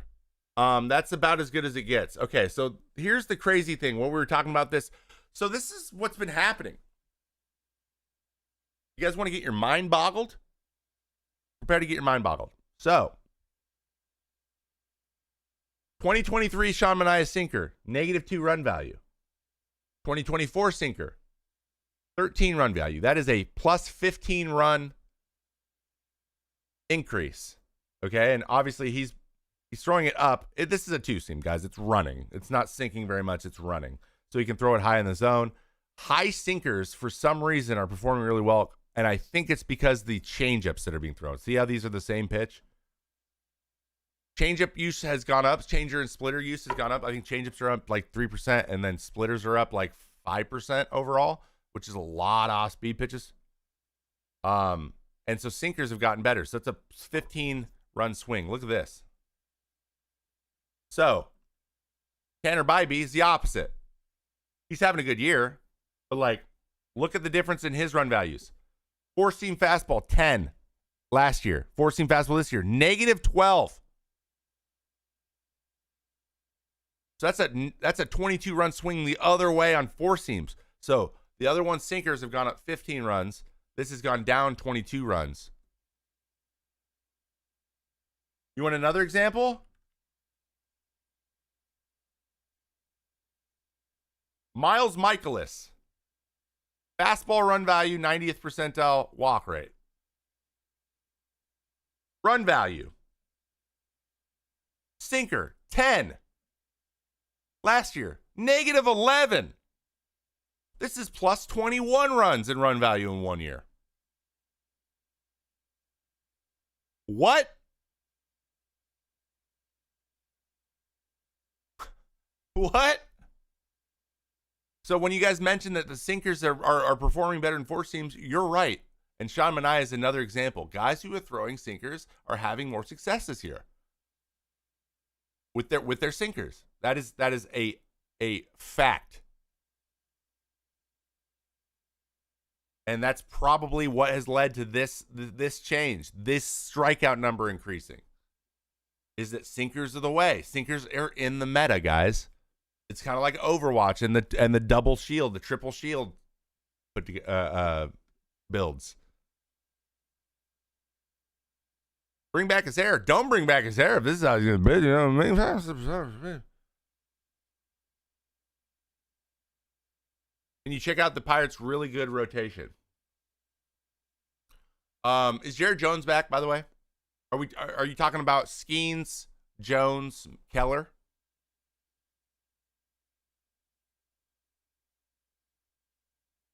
Sevy close to his highest innings count.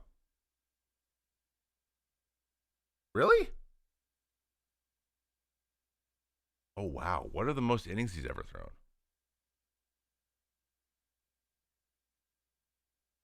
Yo, that's crazy. What do you mean? He's thrown 190 innings before. I mean, that was 2018, but he's done it before. No, he's not on an innings limit. No. And he's also he's on a 1-year deal, right? Is Sevy on a 1-year deal?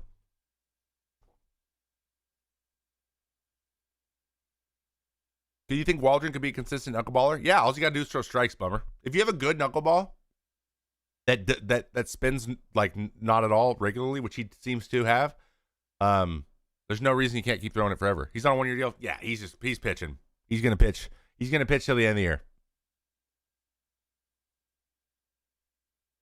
You just you can't protect you can't just protect. It's on him to protect his innings at this point. Like he's got to stay healthy. It's up to him. He needs to be able to throw 150 plus innings. You can't baby him back. He's 30. He's got 9 seasons, guys. He's 30 years old. He's the only one still active. Yes, he is. So I don't think they're going to limit his innings.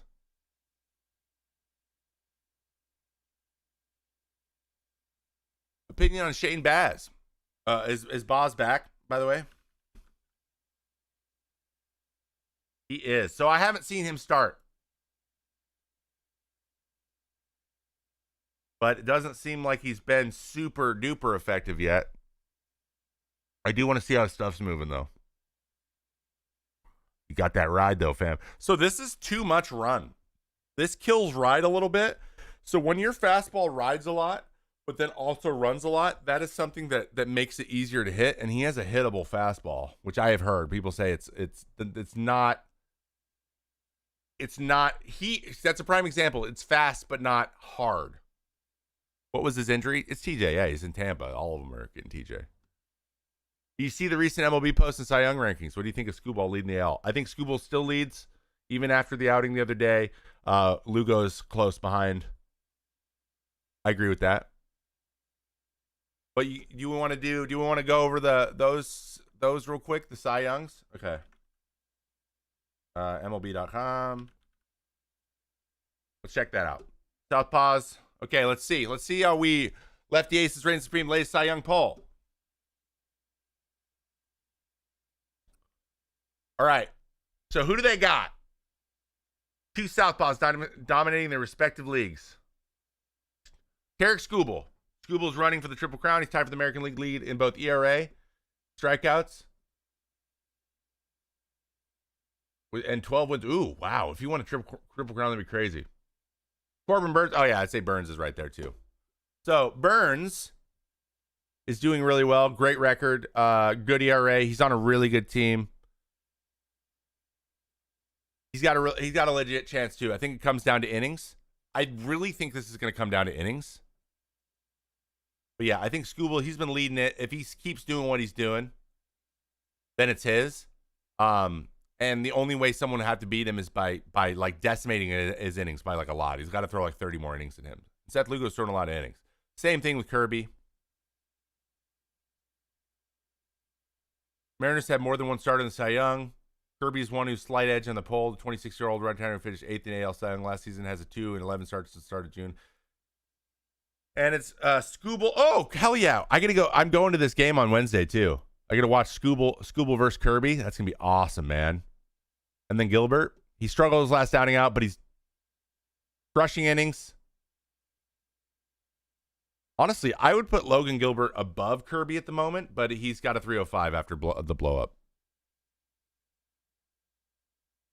And then National League, I will also say Chris Sale's leading that pretty handily with Zach Wheeler, who's just rock solid. Again, it's going to come down to innings. He's got 136.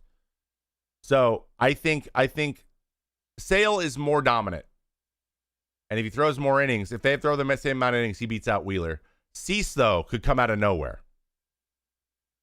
If he goes off, if he does Snell stuff for the rest of the year, he's in. He wins it. He's just not going to throw enough innings. I love that he's in the conversation. I hope it comes down to the wire. He's just not going to be able to throw enough innings. He's been very good. He's just not going to throw enough innings. And you should not give it to him with 130 innings or whatever he's going to have. Like, just don't just give it to him. Please. Please don't give it to him with 130 innings.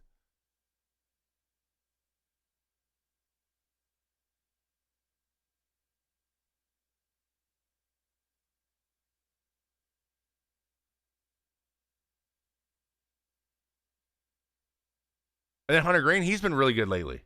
I agree with this fully. I think these are great picks. Like, this would probably be my list. All of these would be my list. And honestly, I would put Cease, just in terms of excitement, I give him like literally a millimeter above Zach Wheeler right now. I'd maybe switch these just because Zach Wheeler, this is what he does, and he just does this. Every start's this, but he's not like doing anything insane. He's had pitched really well his last outing, but I don't know. He's just more electric. He's like more exciting. And if you're gonna, so is Sale. So that's the thing with it when it comes to the Cy Young. The same thing with Lugo, right? Scooble's more exciting. But Seth's so solid. You know what I mean? Are you going to pick the guy who's solid, or are you going to pick the guy who's exciting? And they're always going to pick the guy who's exciting. But like any other year, if someone else isn't throwing as well as Wheeler, he wins it. But other than that, man, I agree wholeheartedly with this list. Oh, yeah, guys, remember, if you see me at a park or see me out and about, say banana bread to me, and I will look. I will always look. It's funny how Green is so much better after tuning down the velo a little bit. It doesn't look like he's tuned down the velo on purpose. He's just throwing more off-speed pitches. Also, the fact that Hunter Green is 24 years old makes me want to throw up down my shirt. Are you serious? The Tigers suck again next year. Do the Tigers trade Scooble? I would say it's much more likely, yeah. Because then they're like, okay, we're going to miss the train on him being part of our core that is successful again. Let's see what we can get for him. The rebuild didn't work. But for now, you stick with it because they have such young guys. They'll all have their second year under their belt. Like, you know, another year of Riley Green, another year of all the young dudes. Yeah. But Hunter Green could be, like, again, I think he's finally figuring out how to pitch and miss bats. He didn't do that very well before when he came up, and it drove me crazy because he threw so hard. He gave it way too much hard contact. So, but Colt Keith, yeah, that's who I was thinking of. Thank you. So, I love that. Great call on that list. Great call on that list.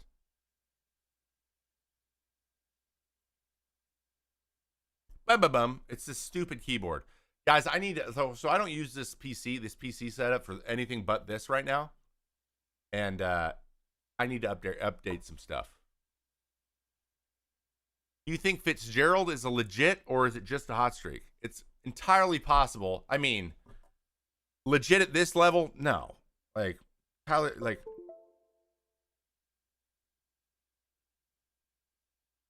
there's no way you can maintain this. I'm going to check out his year. So, he's hitting 314 with a 1,000 OP. I mean, he's got 12 homers. So, he's doing it, but he's started to come down in August a little bit to earth. But, like, man, is he crushing everything. What's his bat speed like? Hold on. Let's pull this up. I want you guys to see this too. Pitch tempo. We don't care about that. Where is bat speed?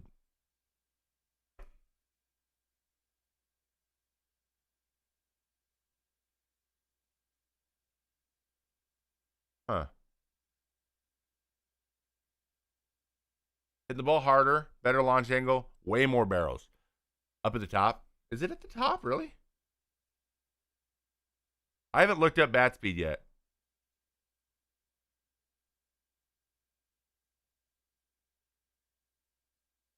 Bat tracking. Got it.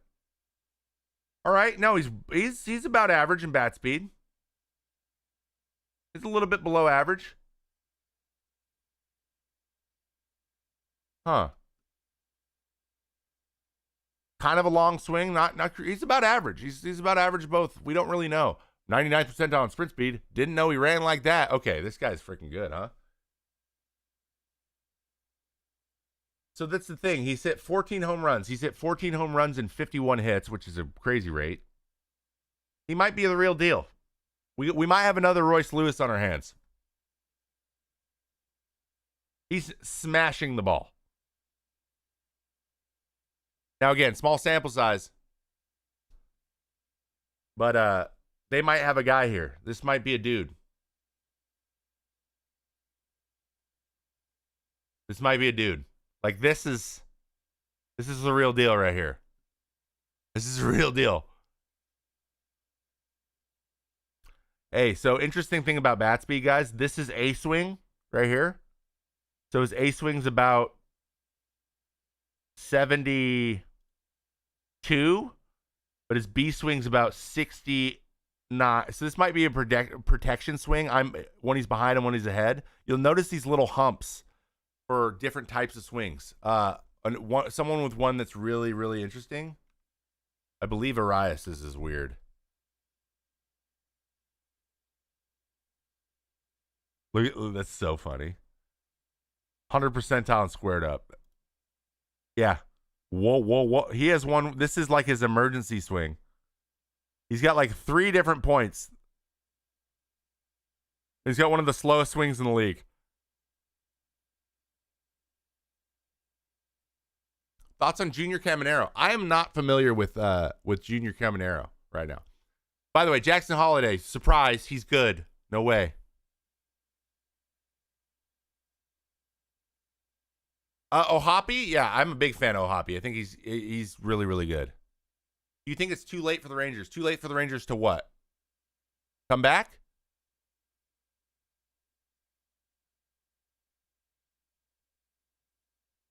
That's insane because his hands are so fast. That's the thing. So, like, you got to remember, bat speed is like measuring how quickly I believe it's measured from the barrel.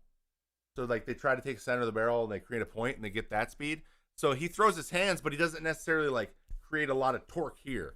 So it's like he just kind of, like, lets his, like, the hands go to the place and then lets the bat go over how fast it's going without trying to, like, wind it up. Like, some guys wind up the barrel and get it sped up. Do you think Tyler Anderson gets overlooked and the Angels suck? Partially, yes. I believe Tyler Anderson gets overlooked because the Angels suck, and also he's not flashy. He throws 87 and dips, dives, and dodges them, right? So he is definitely what we call a thumber, which is fine. There's nothing wrong with being a thumber, but, like, he's also not throwing 100, so he's not going to get on the national broadcast either. But, yeah. People just kind of try to forget that the Angels exist. Favorite place he played spring training? All of Arizona. Does Robles play right field when Julio returns? Yes. Haniger to the bench? Yes. Yes, that is what happens. When is Julio coming back, by the way?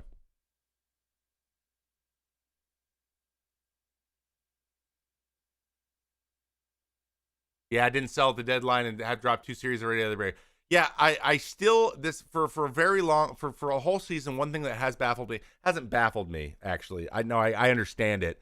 But at no point since the last pitch of the World Series have the Texas Rangers showed that they are going to go for it again at any moment.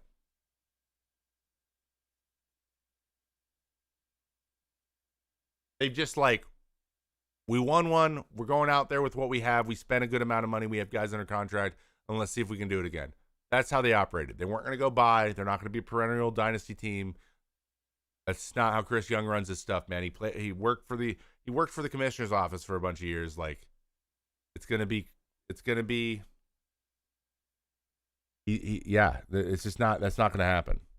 So I wouldn't get too excited. Alek Manoah just done? No, he got Tommy John. He's showing way better before he got hurt. I don't think so. How long until Moore makes his MLB debut? I don't know who you're talking about, Reds. Guys, when it comes to prospects, I don't know a ton yet. I'm doing my research. I'm trying to catch up on it. But, like, guys in AAA and stuff, I don't know.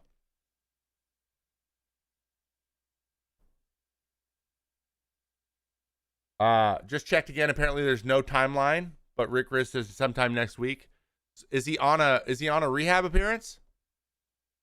Oh, Christian Moore, Tennessee guy. Oh, that's probably why I'm ignoring it. Alek Manoah looks like a new person. CJ looks like he lost a lot of weight. That's one thing they do.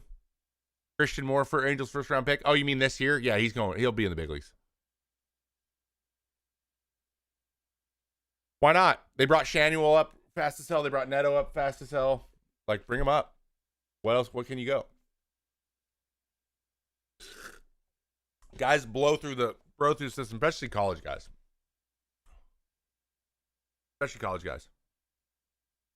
Have you checked Brent Rooker's Baseball Savant? I have, but you guys want to see something crazy? So this is Brent Rooker, not traded at the deadline.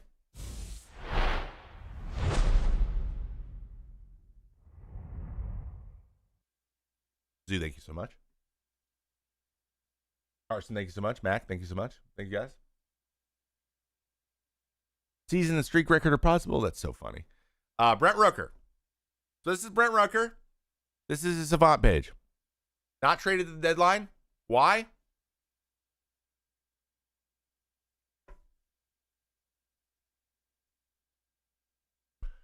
And he's in the, 95th percentile plus in everything but expected batting average.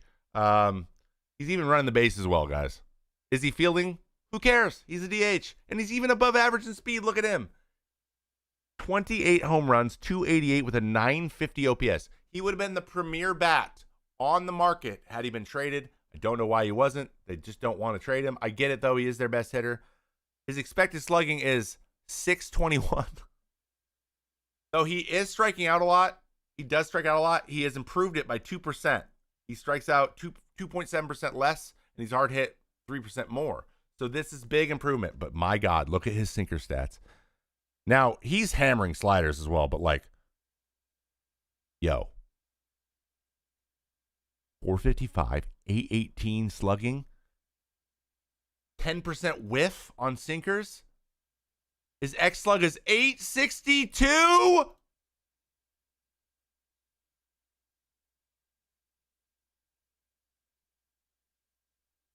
A 551 X Woba is ridiculous. So, if you're wondering why is Brent Rooker how is he able to do it again? The sinker has become the meta for pitchers, and he lovey the sinker. It's that simple. Big fan.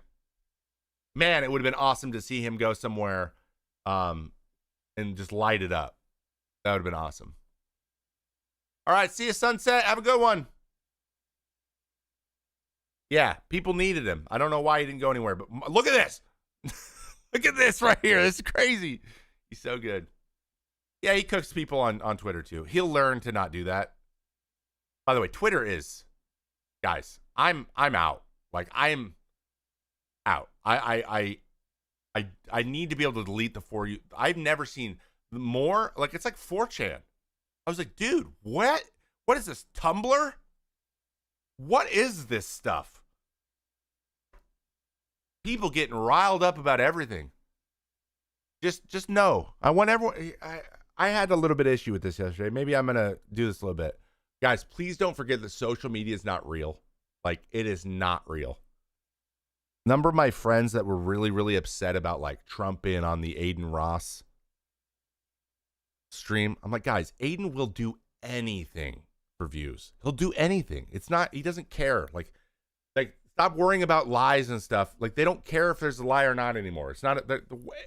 They could be saying anything. It doesn't matter. So just don't take them as seriously as we are. Let's not take them. I had some personal friends getting heated about it, and I was just like, he can do whatever he wants, but just know that he doesn't know anything about anything. The kid doesn't know about the world.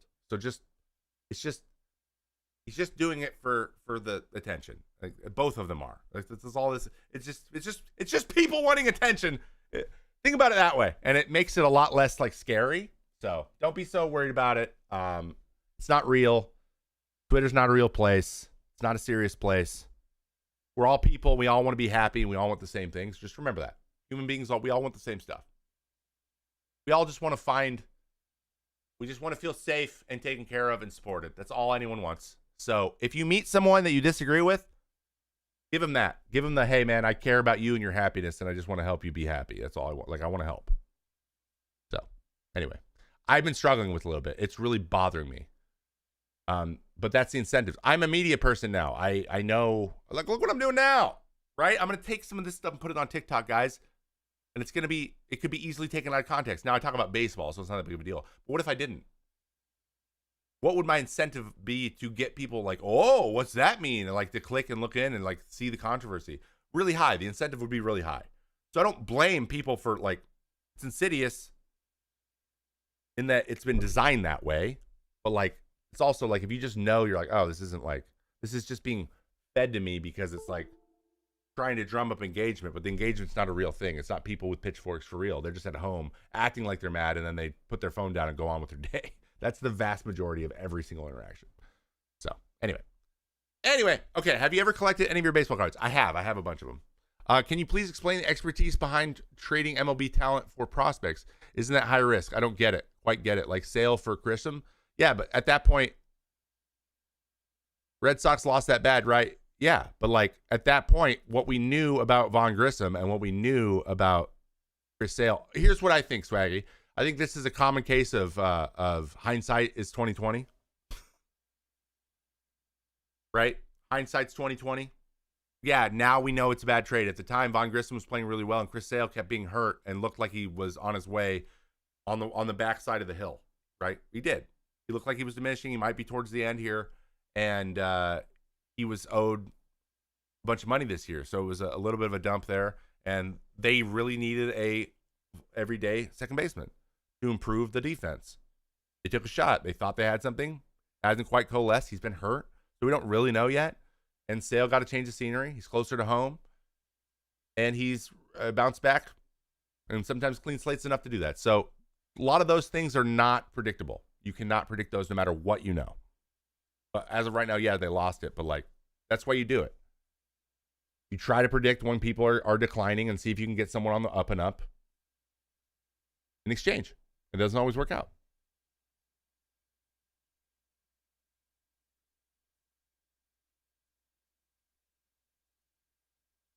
And it comes down to control, right? You think that's the reason why guys like Rooker don't get traded? I don't know. I don't know why Rooker doesn't get traded. I to this point, I really don't know what the long-term I don't know what the long-term plan is to win and there is. And I feel for the guys who are trying to make that decision, because there's still so many things up in the air. It's hard to look forward. It's hard to look 10 inches past your face in Oakland right now. And it's only a couple people's fault. It's no one in that clubhouse and no one in that front office's fault. Because I know for a fact they're doing their best, but how could you ever make any long-term plans for anything there with the way things are done? Like how could you do that? So, but all we know is right now he is their most dynamic player, and he's still controllable. He's still really controllable. Now next year maybe he gets traded because he's going to go into arbitration. He's really cheap, guys. I think Brent Rooker's being paid $1 million, but as soon as he becomes worth $10 million, he's gone. So he's still so cheap. That's why they're holding on to him.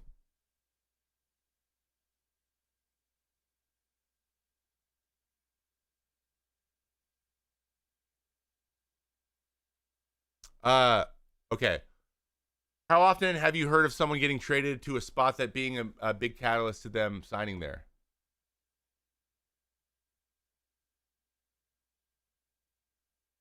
Okay, someone getting traded to a spot, and then them getting traded there is a big catalyst for why they sign there later?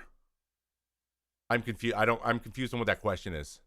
What's the season training plan in regards to lifting and conditioning? Does it vary by player? Yes, it varies very much by player. The younger you are, the more mandatory it is. And some organizations micromanage that a lot more than others. For me, I had to fight really hard to have my own program at the beginning, and then they figured out how good I was at it making up my own program, and so they left me alone. But yes, it varies. They try to tailor it per guy. A lot of guys bring in their own stuff, but it's all about just communicating with your organization at the end of the day. If you have your own program, you can say, hey, this is the program I have. Do you guys want to add stuff or not?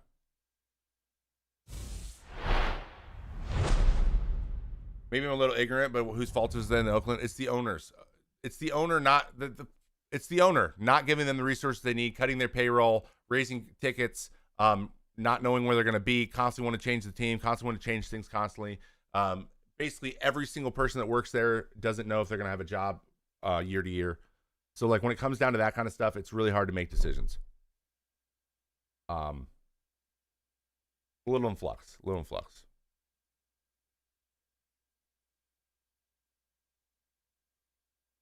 Like a potential free agent gets traded, and the reason they re-signed in the offseason was because they got a taste of the new city. Oh, yeah, 100%. No, that absolutely happens. But again, that's just the guys, right? It's like you get a trial run. It just depends on the guy. But don't get it twisted. Most guys have a place they would like to be. Thoughts on Max walking 5? You'll never see that again. I'll tell you that much. That owner acts like he's playing OTP? No, you would insinuate that he knows one little thing even about baseball, but the guy doesn't even know his players on his own. He doesn't know the names of his own players, man, so he's definitely not even playing that. There are players on that game that are better than him at owning a team. Do you think Jack Flaherty's past NL struggles haunt him is just completely better? He's just completely better. He pitches completely differently. He's also healthy. He dealt with he was on the Cardinals.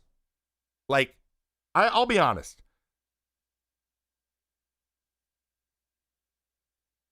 The Cardinals are behind in pitch philosophy and pitching design. They're behind. They still have this big, like, I got to set guys up, blah, blah, blah, blah. They overcomplicate they tend to overcomplicate pitching sometimes.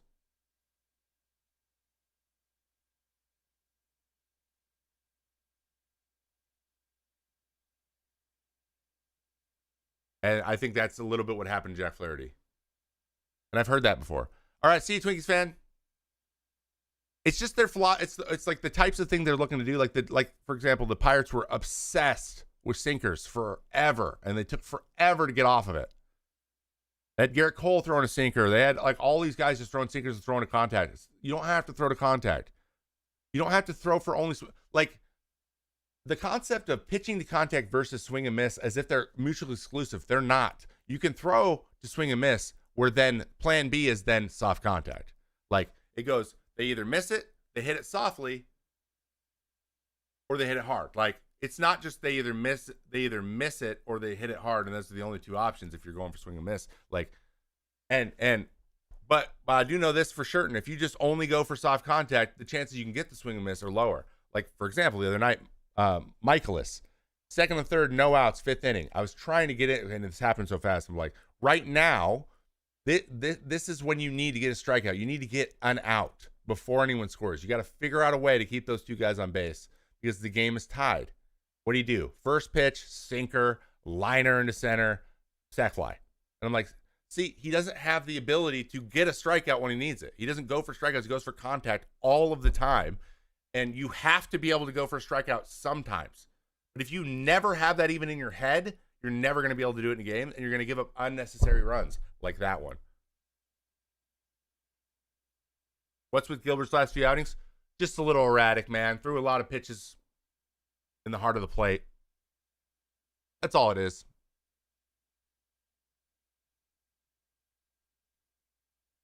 What's growing right for Brian Wu? He's just funky, man. Low. He's got a long stride, low approach angle, and a really good ride on his fastball. He's got the best riding fastball on that team. And he's just commanding the zone a little bit better. Why isn't the knuckleball used more in today's game? Because you can't design it metrically, and it's just not a viable. Like, why throw a knuckleball when you can throw other pitches? Were you ever told to walk a batter? Yeah, it sucks. I hate intentionally walking people. It sucks. It's the worst. Nationally screwball pitch you ever seen? The Airbender. Still, to this day. It'll always be the Airbender, probably.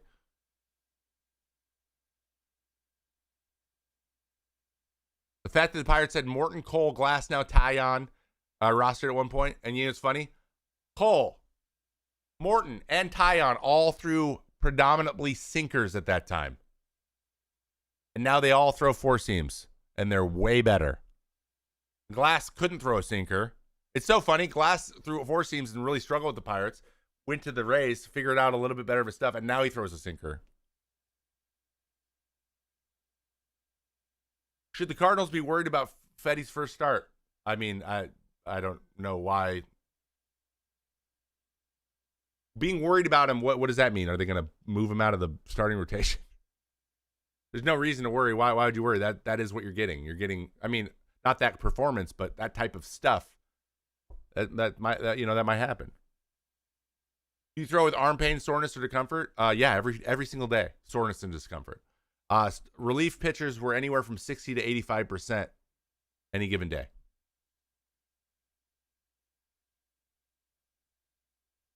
No, I don't think they'll mess up Feddy. I think he pitches the way that they value. I think there's a reason they went and got him. I think he's got Cardinals written all over him. I thought Eric Feddy was going 100. I thought there was a 100% chance Eric Feddy was going to the Cardinals. Guys, don't forget to join the Discord if you're not in the Discord, by the way. We are going to continue on. I'm going to keep answering your questions. I appreciate you guys being here, chilling, hanging out. We got some great stuff. We did some great breakdowns today. Should the Mariners move to a 6-man to help save Arms to playoffs if they make it? Bring up Hancock. The problem is if you move to a 6-man, you lose a reliever. So you want to run a 7-man bullpen for the rest of the year because you can only have 13 pitchers at any given time. You can't have more than that. How much influence do you think Driveline has made in today's game? A lot. But it's not just Driveline now. It's like Driveline and the Baseball Ranch and Velo, Core Velo and whatever, all the other stuff. And Tread.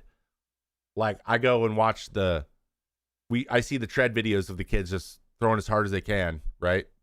And if you don't think that is affecting kids going and trying to throw as hard as they can, which that's not a bad thing, right? And those are the best clips, and I understand why they do it because it's great promo, but that's not all they do. It's just mostly what you see on social media. Again, social media is not the same, not real.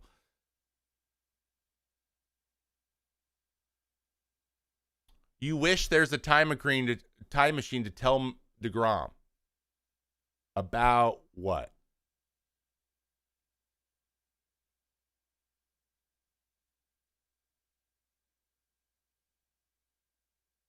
Blue, so you're talking about? See, Mason Miller's threw a live bullpen and Kotze was in the box? He does that, yeah.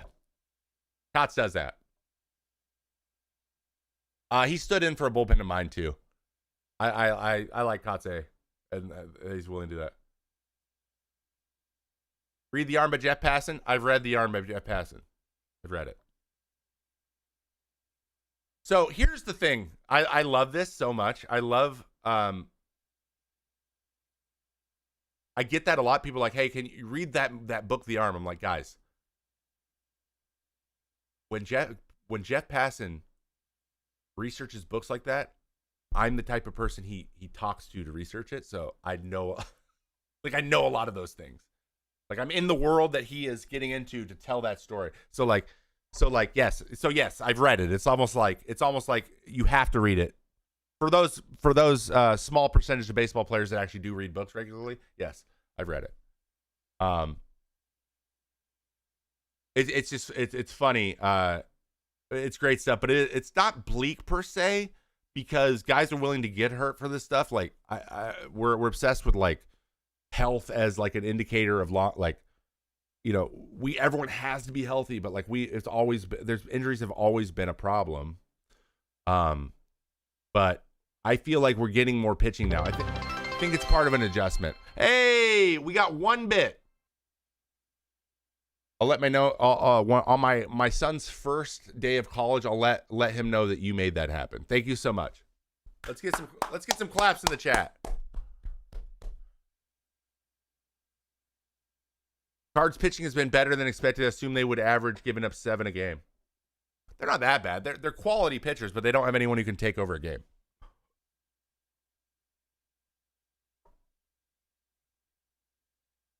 Trevor, why do you think the Astros went with Ferguson last night in extras over Scott? Had Scott thrown Beans Games with the sub. Look at you, dude. Let's get some Team A1s and some Team A raves in the chat, dude. Thank you so much. It depends. Did he throw the night before? Was he rested? Are we talking about lefty Ferguson? Hold on, let me look this game up then. I don't know.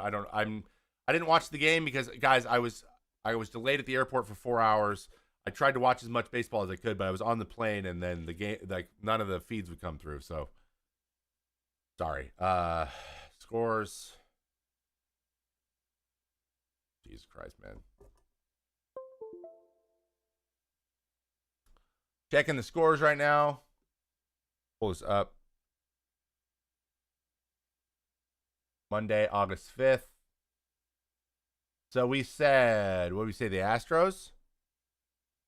They did not play yesterday. You talking about Sunday? Who are we talking about right now? Are we talking about the Mets? Oh, no, they're right here. I'm an idiot. What? Sorry, it's right here. No, this is Sunday. I don't know. Anyway, let's see. Ferguson. Caleb Ferguson, yeah.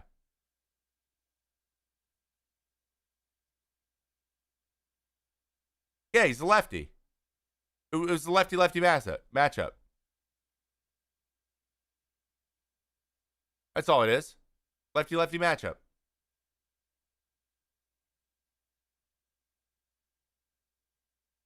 I noticed haters coming on.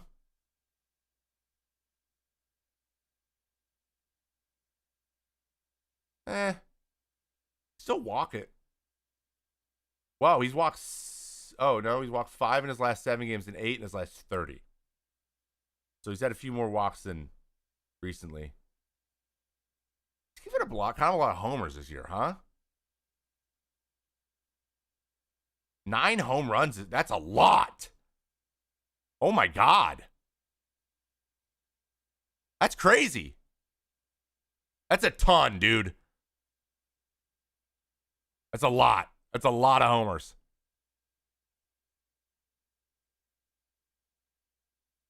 What's your favorite moment of your MLB career so far? Well, it's over. My career's over. So, probably, I don't know. Maybe my 500 strikeout was pretty cool. Getting the save on the reverse boycott game was a little bit of a resurgence of my season as well. That was pretty cool. Getting the last strikeout in a 20 strikeout game that Jake DeGrom started in New York was pretty cool. Yeah, that's a big oof. 9 homers. That's what's getting. He's given up 21 runs total and 9 home runs. How many solo homers? A lot.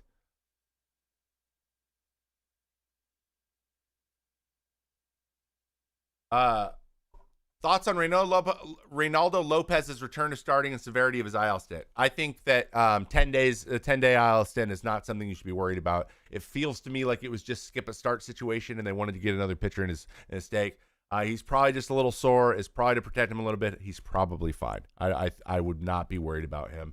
He had a little bit of forearm discomfort. He's probably just getting too tired. But unfortunately, that's probably something that will also be in play for the rest of the year. So it's something to pay attention to.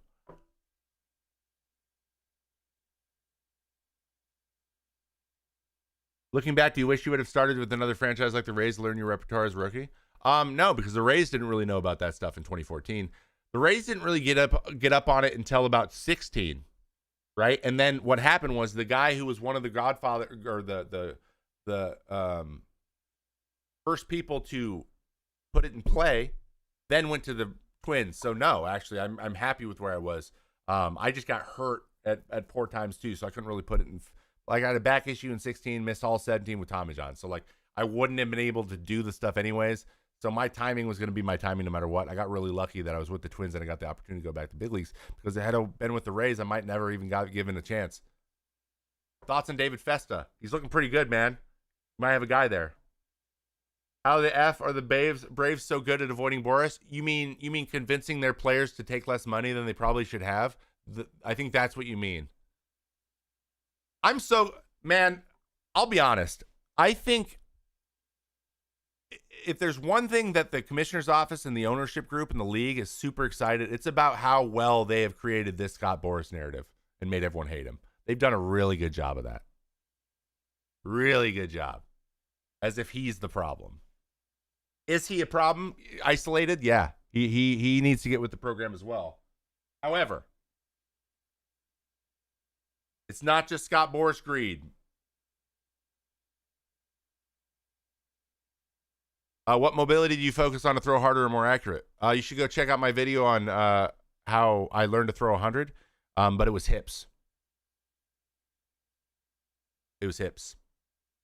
Yeah, that's what I meant. Yeah. I hear what you mean, though. How does he do it? Because he pesters them. That's what I've heard, which is fine. But, like, he just asks and asks and asks and asks. He Harris, he got a team-friendly right out of Harris. He had a team-friendly.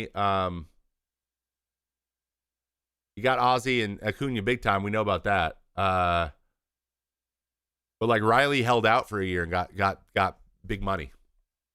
Big money. Thoughts on Baseball United? You think they can increase baseball interest in the Middle East and South Asia? I don't know, man. I don't know about the Middle East. South Asia already is pretty popular, though. Well, at least in Taipei. And, I guess Japan's not South Asia. But if you mean like Thailand, Malaysia, maybe.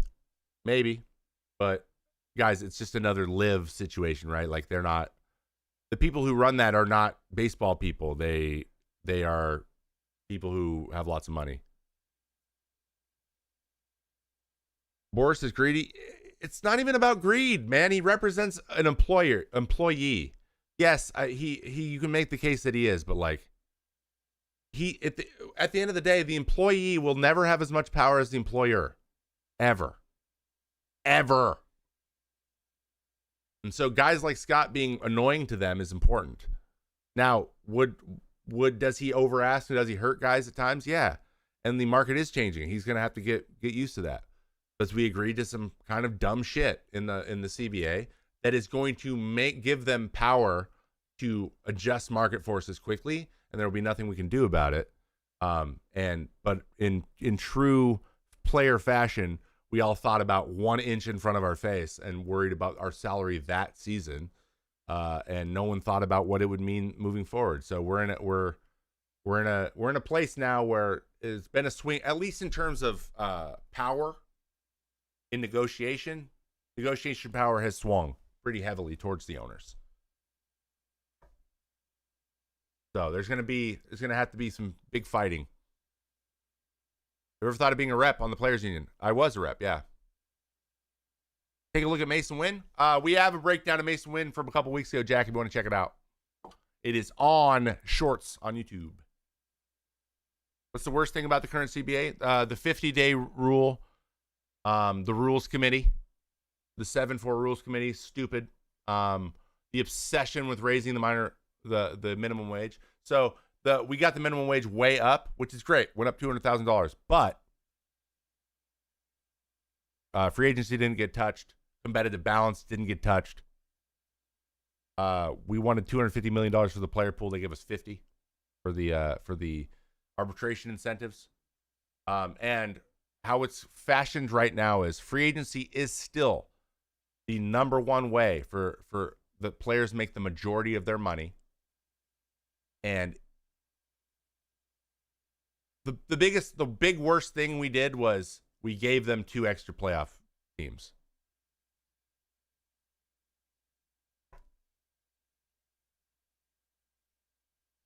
That's the biggest one. That's probably going to hurt. That's going to hit competitive balance more than a lot of people understand. Players will never have more power than employers, but employers do not have equal power. Revenue sharing has got to be fixed eventually, right? In their opinion, that's not broken. So no.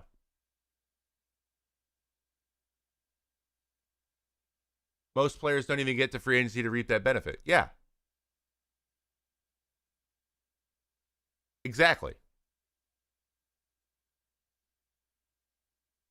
So we need to change when they get to free agency. And then adjust what free agency means accordingly. Guys, we can't make free agency worth less money, which is what's happening overall. I understand you hear about the big contracts.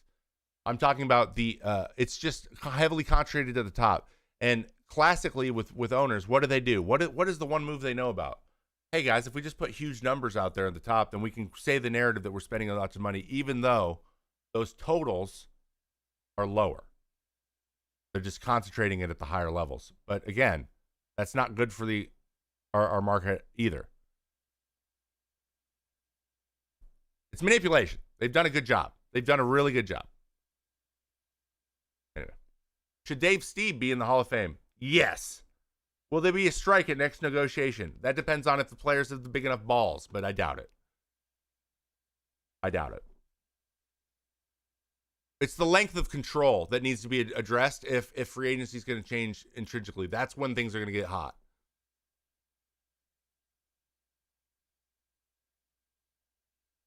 Yeah, we need people like Boris to be Boris, but like we also understand that only has value so far.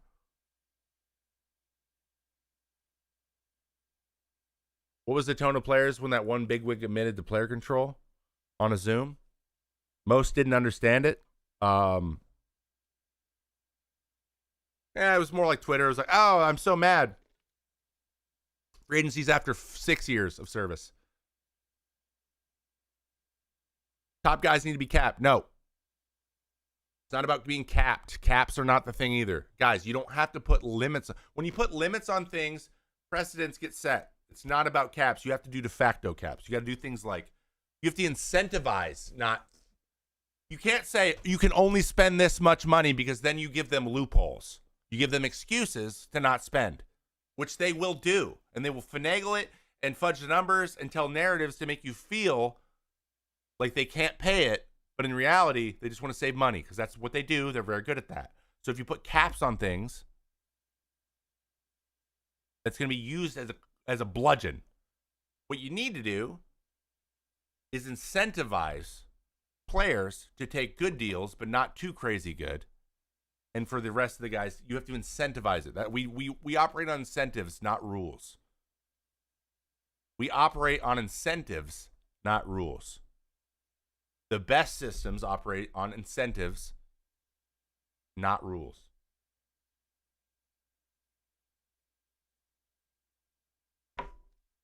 Think about it this way. If as a society we said you have to go on and you have to scroll on social media for at least 20 minutes a day, you have to, that's a rule, a lot less of us would do it.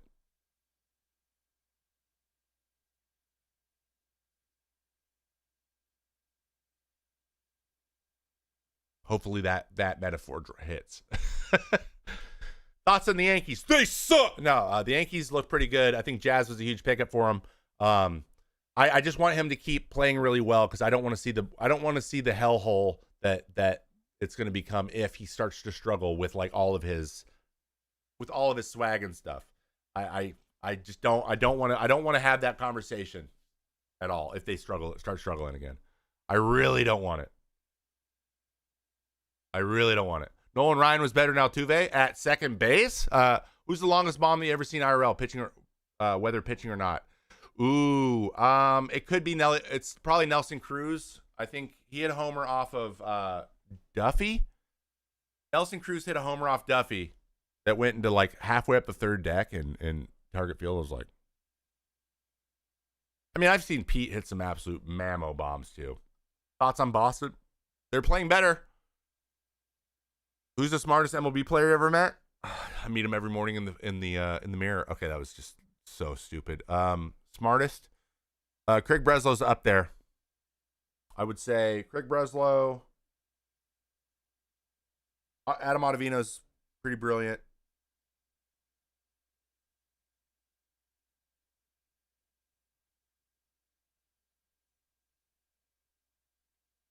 I don't know. I mean, Max Scherzer's smart, man. Base Pro Reference says Altuve, Bregman, and Correa around the top 10 all-time for Astros. What's in your opinion on that? Oh, 100%. Yeah. I mean, they played there for so long. Altuve is like one of the best Astros of all time. Like we have to talk about him with Bagwell and Biggio and stuff. 100%. Craig Breslow, yeah. Are we talking baseball IQ or regular? I mean, I think they're pretty closely related. Thoughts on Pittsburgh? I really want them to make the playoffs. I really want to see Pittsburgh make the playoffs, like really badly. Because I want to see what that top three is going to do in a playoff series. I really, really do. I think it'd be awesome. Can't tell if Greinke's brilliant, weird, or both. He's both. What up, Shonsum? How you doing, bro? Have thoughts on auto fall off, or is it just age, or his control? It's been his control a bit, and he's been really unlucky. He also has been really unlucky. So he's had a couple just absolute blow ups that have really hurt his ear.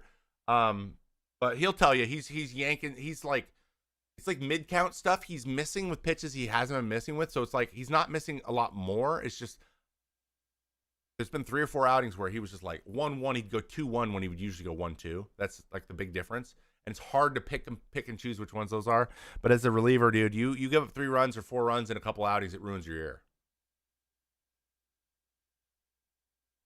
Now who's the dumbest player? The rest. I played with some dummies. They know who they are. Do you think Francisco Lindor won the MVP? No. Probably not. Let me look up his stats right now. He is playing so much better. He's hitting 250. Like, he doesn't have an 800 OPS. He's not going to be the MVP. Though he's been raking lately. Like, look at this. Look at Lindor's page now. Absolutely raking. But I just think it's going to be too little too late. He's so good defensively, though. So good defensively. He's such a good player, man. He's so good. That's pretty good, man. Wow.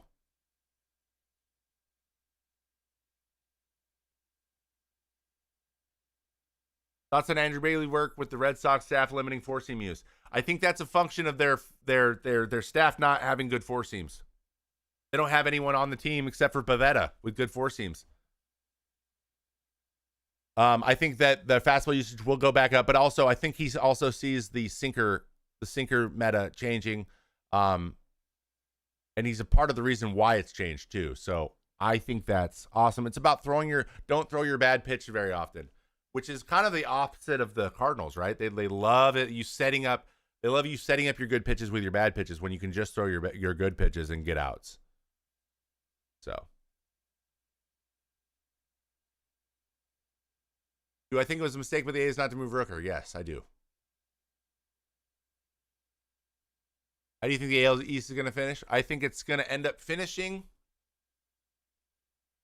where it is now. Phillies, Braves, Mets, Nationals, Marlins.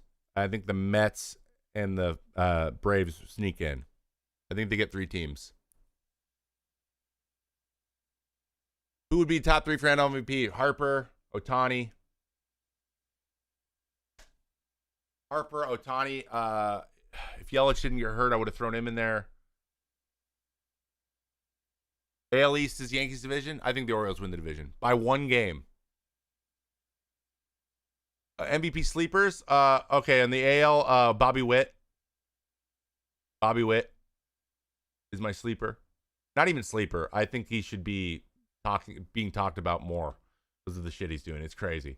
And like Soto could be talked in the conversation, but like again, you got to go Soto directly head to head with Judge, and Judge is better than Soto in every single metric. So it's like, you can't take Soto over Judge, and they're on the same team. Skeens or Merrill? Skeens. It's gonna be Skeens easy, Carlos. Especially if he doesn't win the Cy Young. Ketel Marte? Maybe. I'm trying to think who else is absolutely doing it.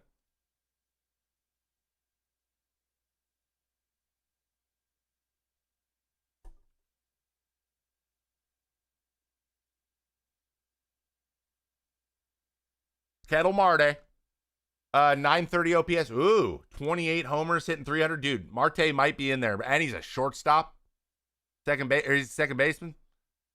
It could be Marte. Vladdy AL MVP? Nah.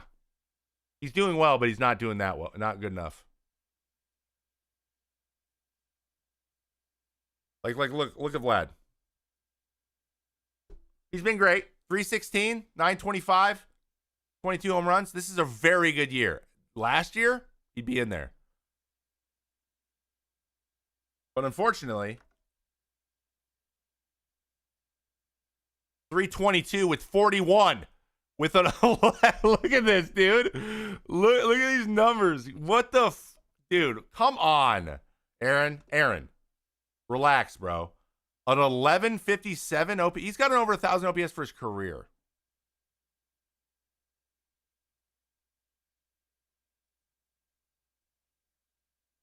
But he whiffs, guys. He's a whiffer. Big whiffer. He's a forking freak. Should I have faith in your Guardians to go all the way? Yeah, you definitely should have faith in your Guardians to go the way. Believe, man. That's sports. That's sports. Stop being afraid of commitment. You might have your heart broken. Don't be afraid to love because you're afraid to lose. You know what I mean? Don't be afraid to love because you're afraid to lose.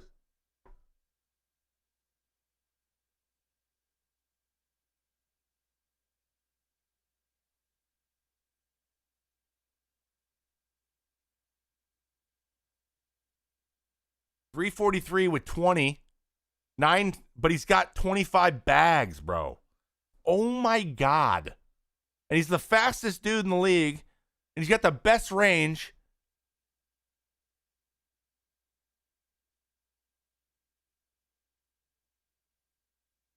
I mean, I want Bobby Witt. You know why I want Bobby Witt? I think Aaron Judge is the best player. He's the best player. Guys, it's not he's the best and it's not close. And I get it. But maybe we let someone else win it. You know what I mean? Thoughts on Brian Bayo? I think he needs another pitch. I feel like he's unlimited potential. I really don't know why people think he has unlimited potential. I don't know what people are seeing that I'm not. Brian Bayo has given up. Look at this. Well, he's solid, but he has struck out less than 1 per 9. He's got a 4.6 for his career. He's got a 1.45 career whip. Right? Like, none of that stuff screams nasty, like great player to me. He's a good player. Like, there's some other stats I want to show you. If it ever loads. How is Bobby defensively? One of the best in the league.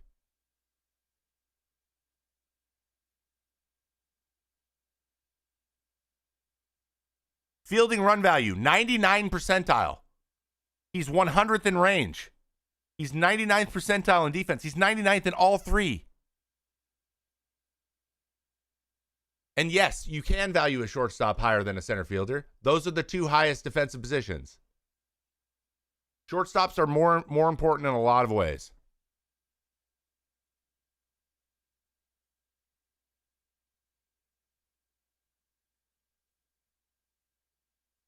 Didn't he start up for a little bit? Not really. I'm good today, but I'm going to go here in a couple minutes. And Judges is plus 26, so they're not even close. They're not even close in defense. Not even close. Oh my God, please. Can you just go to his page? I hate their website. All right, he's 10-5, but he's got a 5. All right, look at this. Here's the one thing I got on Bayo. He's given up 116 innings. Or he's given up for his career, he's given up 356 hits in 321 innings. Like, he gives up way more hits than innings, and he doesn't strike out 1 per inning. He's not dominant, and he never has been. He's just kind of solid. I need to see more. He needs to miss more bats, or he needs to take over games more, and he just has never done that. And I hear a lot of, like, he's this guy or whatever, and we're very excited. Like, even last year, you gave 165 hits and 157 innings. You got to give up less than a hit an inning. This is his best year, and it's a 1.34 whip. Chat, my career was a 1.31, and I let lots of runners on base.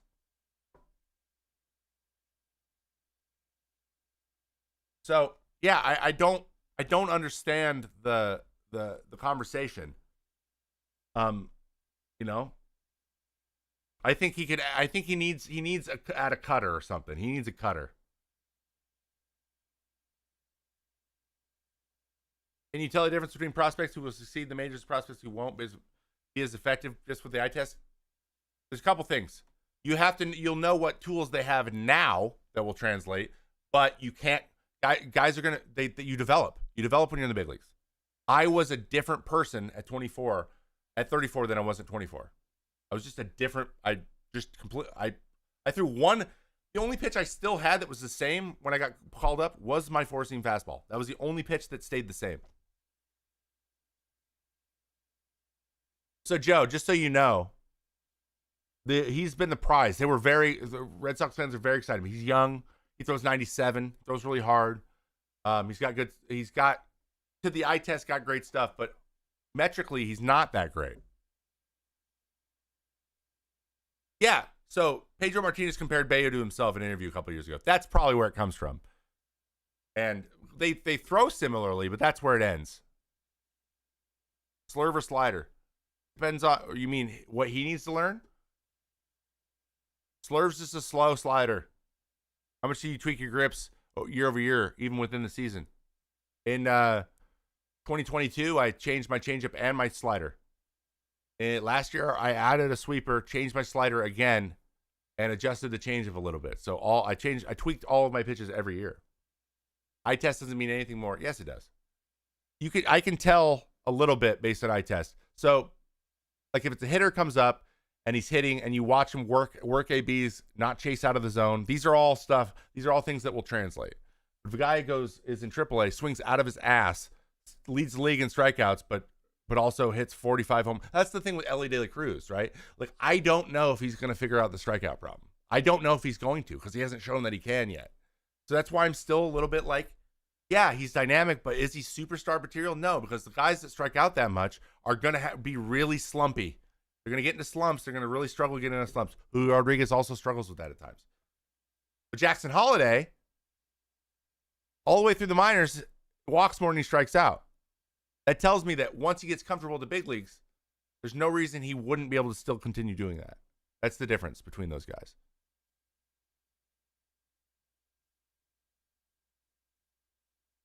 Poor luck early in the year snowballed in pressure for Diekman. No, I don't think Deke is affected by pressure either, man. Like those two guys, they've been around so much, they've had to do this type of stuff. I just think that it's, they're in their late 30s. It's just what happens. But yeah, I agree. I love David Cohn's book, Full Count, describing how he would create new grips during his starts. Did you do this at all during your career? I did. I did it with my changeup in 2022. I did it in the middle of the outing. Have the Twins called you to come pitch yet? No. I think Billy will be much better, but he needs work on it more. He just needs to be more consistent. His changeup is filth, just like his other pitches. But Brad, what I'm telling you is they're not as good as you think they are. They're not. They don't perform. Like people think they're seeing something that they're not seeing. Like his changeup's filth, but it doesn't get people out. Like changeup's a 0. His changeup was a 9 last year, great. But like the whiff rate, this was really good last year. It's not as good this year. I mean, 37% is still pretty goddamn good. It is as good. But why isn't he getting people out? You know what it is? It comes down to this. His fastball's not great. It's his sinker. His sinker's his problem. His changeup's good, but you can't only throw. You have to have a good fastball with your changeup. You have to. You have to. And he's just getting hammered. He had a 7 sinker, or his sinker had a 7. He got good outcomes on it last year, but it was still getting hit hard. 435 slugging. It's hit. He's getting a 50% hard hit rate. His fastball gets hit too hard. He needs a better fastball at the end of the day. And his slider's not very good either. So yeah, you can't just get by with a changeup, a hard changeup. He needs better. But at times, I understand what you're seeing, but like overall, like dominance-wise, he's not as dominant. Now, let me just be very clear here. He could be. And he could be a tweak away. He could just adjust a grip or something to get it moved differently or something. Like there could be something. But so far, there's a lot of eye tests, a lot of he should be good, but why is he not? And even metrically, you go look and like, I'm like, okay, 4-seam, that's a dead zone. Sinker, he gets a lot of arm side run. It runs, sinks a lot. So where's he throwing it? Yeah, he doesn't command his fastball very well. He's got heavy sink. He needs to be right here. He needs to be in Clay Holmes territory. So, anyway. he also lets things spiral, and that could be a big difference too. But again, like that swing and miss pitch he needs to go to, he hasn't quite figured out how to like. He can't like bases loaded, no outs, punch out the side right now. All right, guys, getting a little bit towards the end, getting a little bit late here. I had a good time today. What do you think about Bauer and the MBL? I haven't thought about it much, man. I'm just watching his YouTube videos a little bit. But Jimmy, I just need you to know the Mexican League's not a. I wouldn't take too much stock in the stats in the Mexican League. If you're ever in the Bay Area and want to visit NVIDIA, we'd love to have you. Hit streak, 100%, bro. I'd love to see NVIDIA. What are we talking about here, dude? All right, so let me just say this. Next week, Sunday Night Baseball one more time. We got Mariners, Mets. I know a lot about those two teams. I cannot wait to do this. It's going to be a good time. So that is ESPN 2 next Sunday at 7 p.m. Eastern. I'm flying from my house in Seattle all the way to New York City to broadcast a game that's 8 miles from my house. So, sick. Which means the following Tuesday, again, next Tuesday, we're going to do the show again. But then after that, we're back at Mondays. We're back to Mondays. We'll be doing Mondays. You mean the league where 42-year-old Robbie Cano and batting 500 isn't super competitive? It is not. It is not.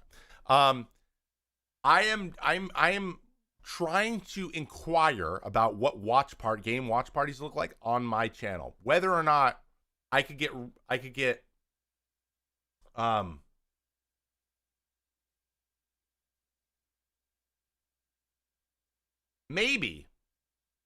maybe I can make a request, and now it'll probably get denied, right? No nasties pitches. So M-Dub, we're doing that every other week so it can fill up, and I've realized that that's the best way to do it. So it's not like just 3 minutes of nasty pitches. We get a nice 15 minutes because I'm 5 gifted from Bummer Drummer. Thank you so much, Bummer Drummer. Let's get some love in the chat for Bummer Drummer, the 5 gifted subs. That's so nice of you. Thank you, guys. Thank you. Welcome to the team, guys. Appreciate it. So we're going to do nasties. We do nasties pitches every other week. I found that's a nice sweet spot. We got into some really cool, interesting stuff about the Cy Young today, about throwing the balls out, a bunch of great questions. Discord is where I'm going to try to spend more and more time there. So I'm putting out an inquiry to finish my thought to the MLB about maybe doing the free game of the day. So the game that everyone can watch that's free on the app that most people can see free. Maybe doing a watch party for the free game of the day where I do commentary with the game on screen. And I'll see if that's something that I might be able to do and possibly come up with a way to create value for the league, because they are so obsessed. Because that's the problem with like doing it actually in studio is I don't have enough time to talk about the things I want to talk about.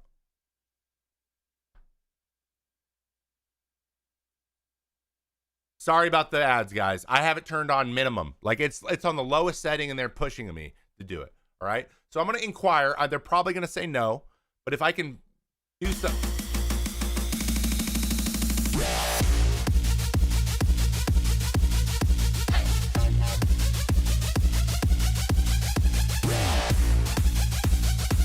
Great timing, game. Anyway.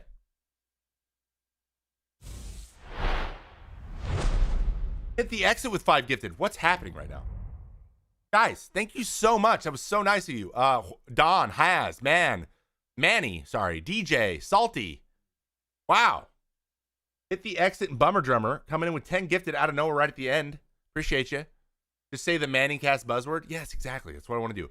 So that way, then I can bring in people to come be my co-hosts and we can just mess around. I want to test it. I want to test this as a concept for MLB. And I want to do it in a way that creates value for them. I'm not stupid. Like, yeah, I'm critical of the league a lot. I'm critical of the commissioner's office.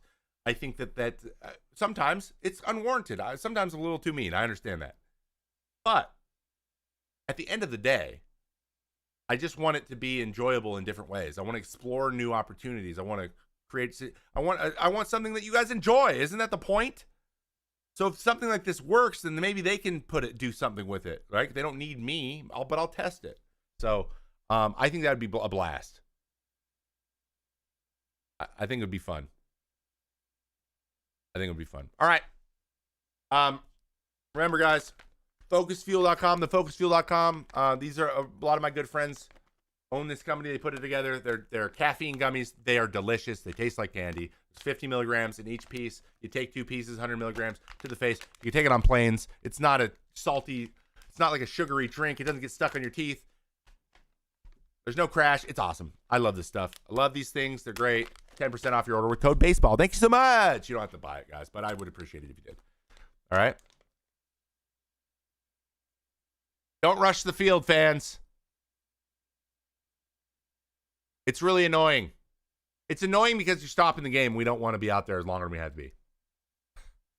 All right? All right, guys. I love you. I hope you have a great rest of your day, and I will see you next week.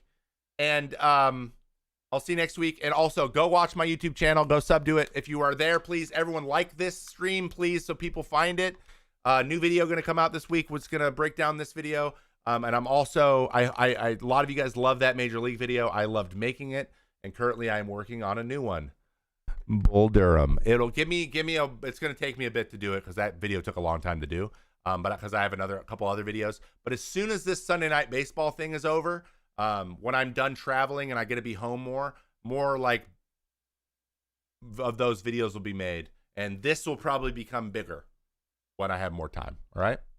Need the Sandlot eventually. See, the interesting thing about the Sandlot is there's no major leagues in it. So I got to get an angle. Got to do Moneyball too because I played there. So Bull Durham's the minor leagues. I did that. And Moneyball is the A's, and I did that. So I can comment on those things. And also, I watched Little Big League, but I don't know if I want to. More of a slapstick movie. Maybe Mr. Baseball could do that too. Anywho. Love you guys. I'll see you next time. Join the Discord. And if you have more questions and you keep wanting to ask me, you guys want me to get into things or maybe make a video on it. If you have a suggestion, you're like, wow, I've really wanted to know about this thing. I should tell Trevor that. Like I've always wondered, Go into the Discord, go into the questions for Trevor, just write it in there. It might turn into a video. I might do it here live on the stream, whatever. And I'll see you next Tuesday. Same time, same place, 8 a.m. Hawkers. See you guys later. Night. Bye. We need the song.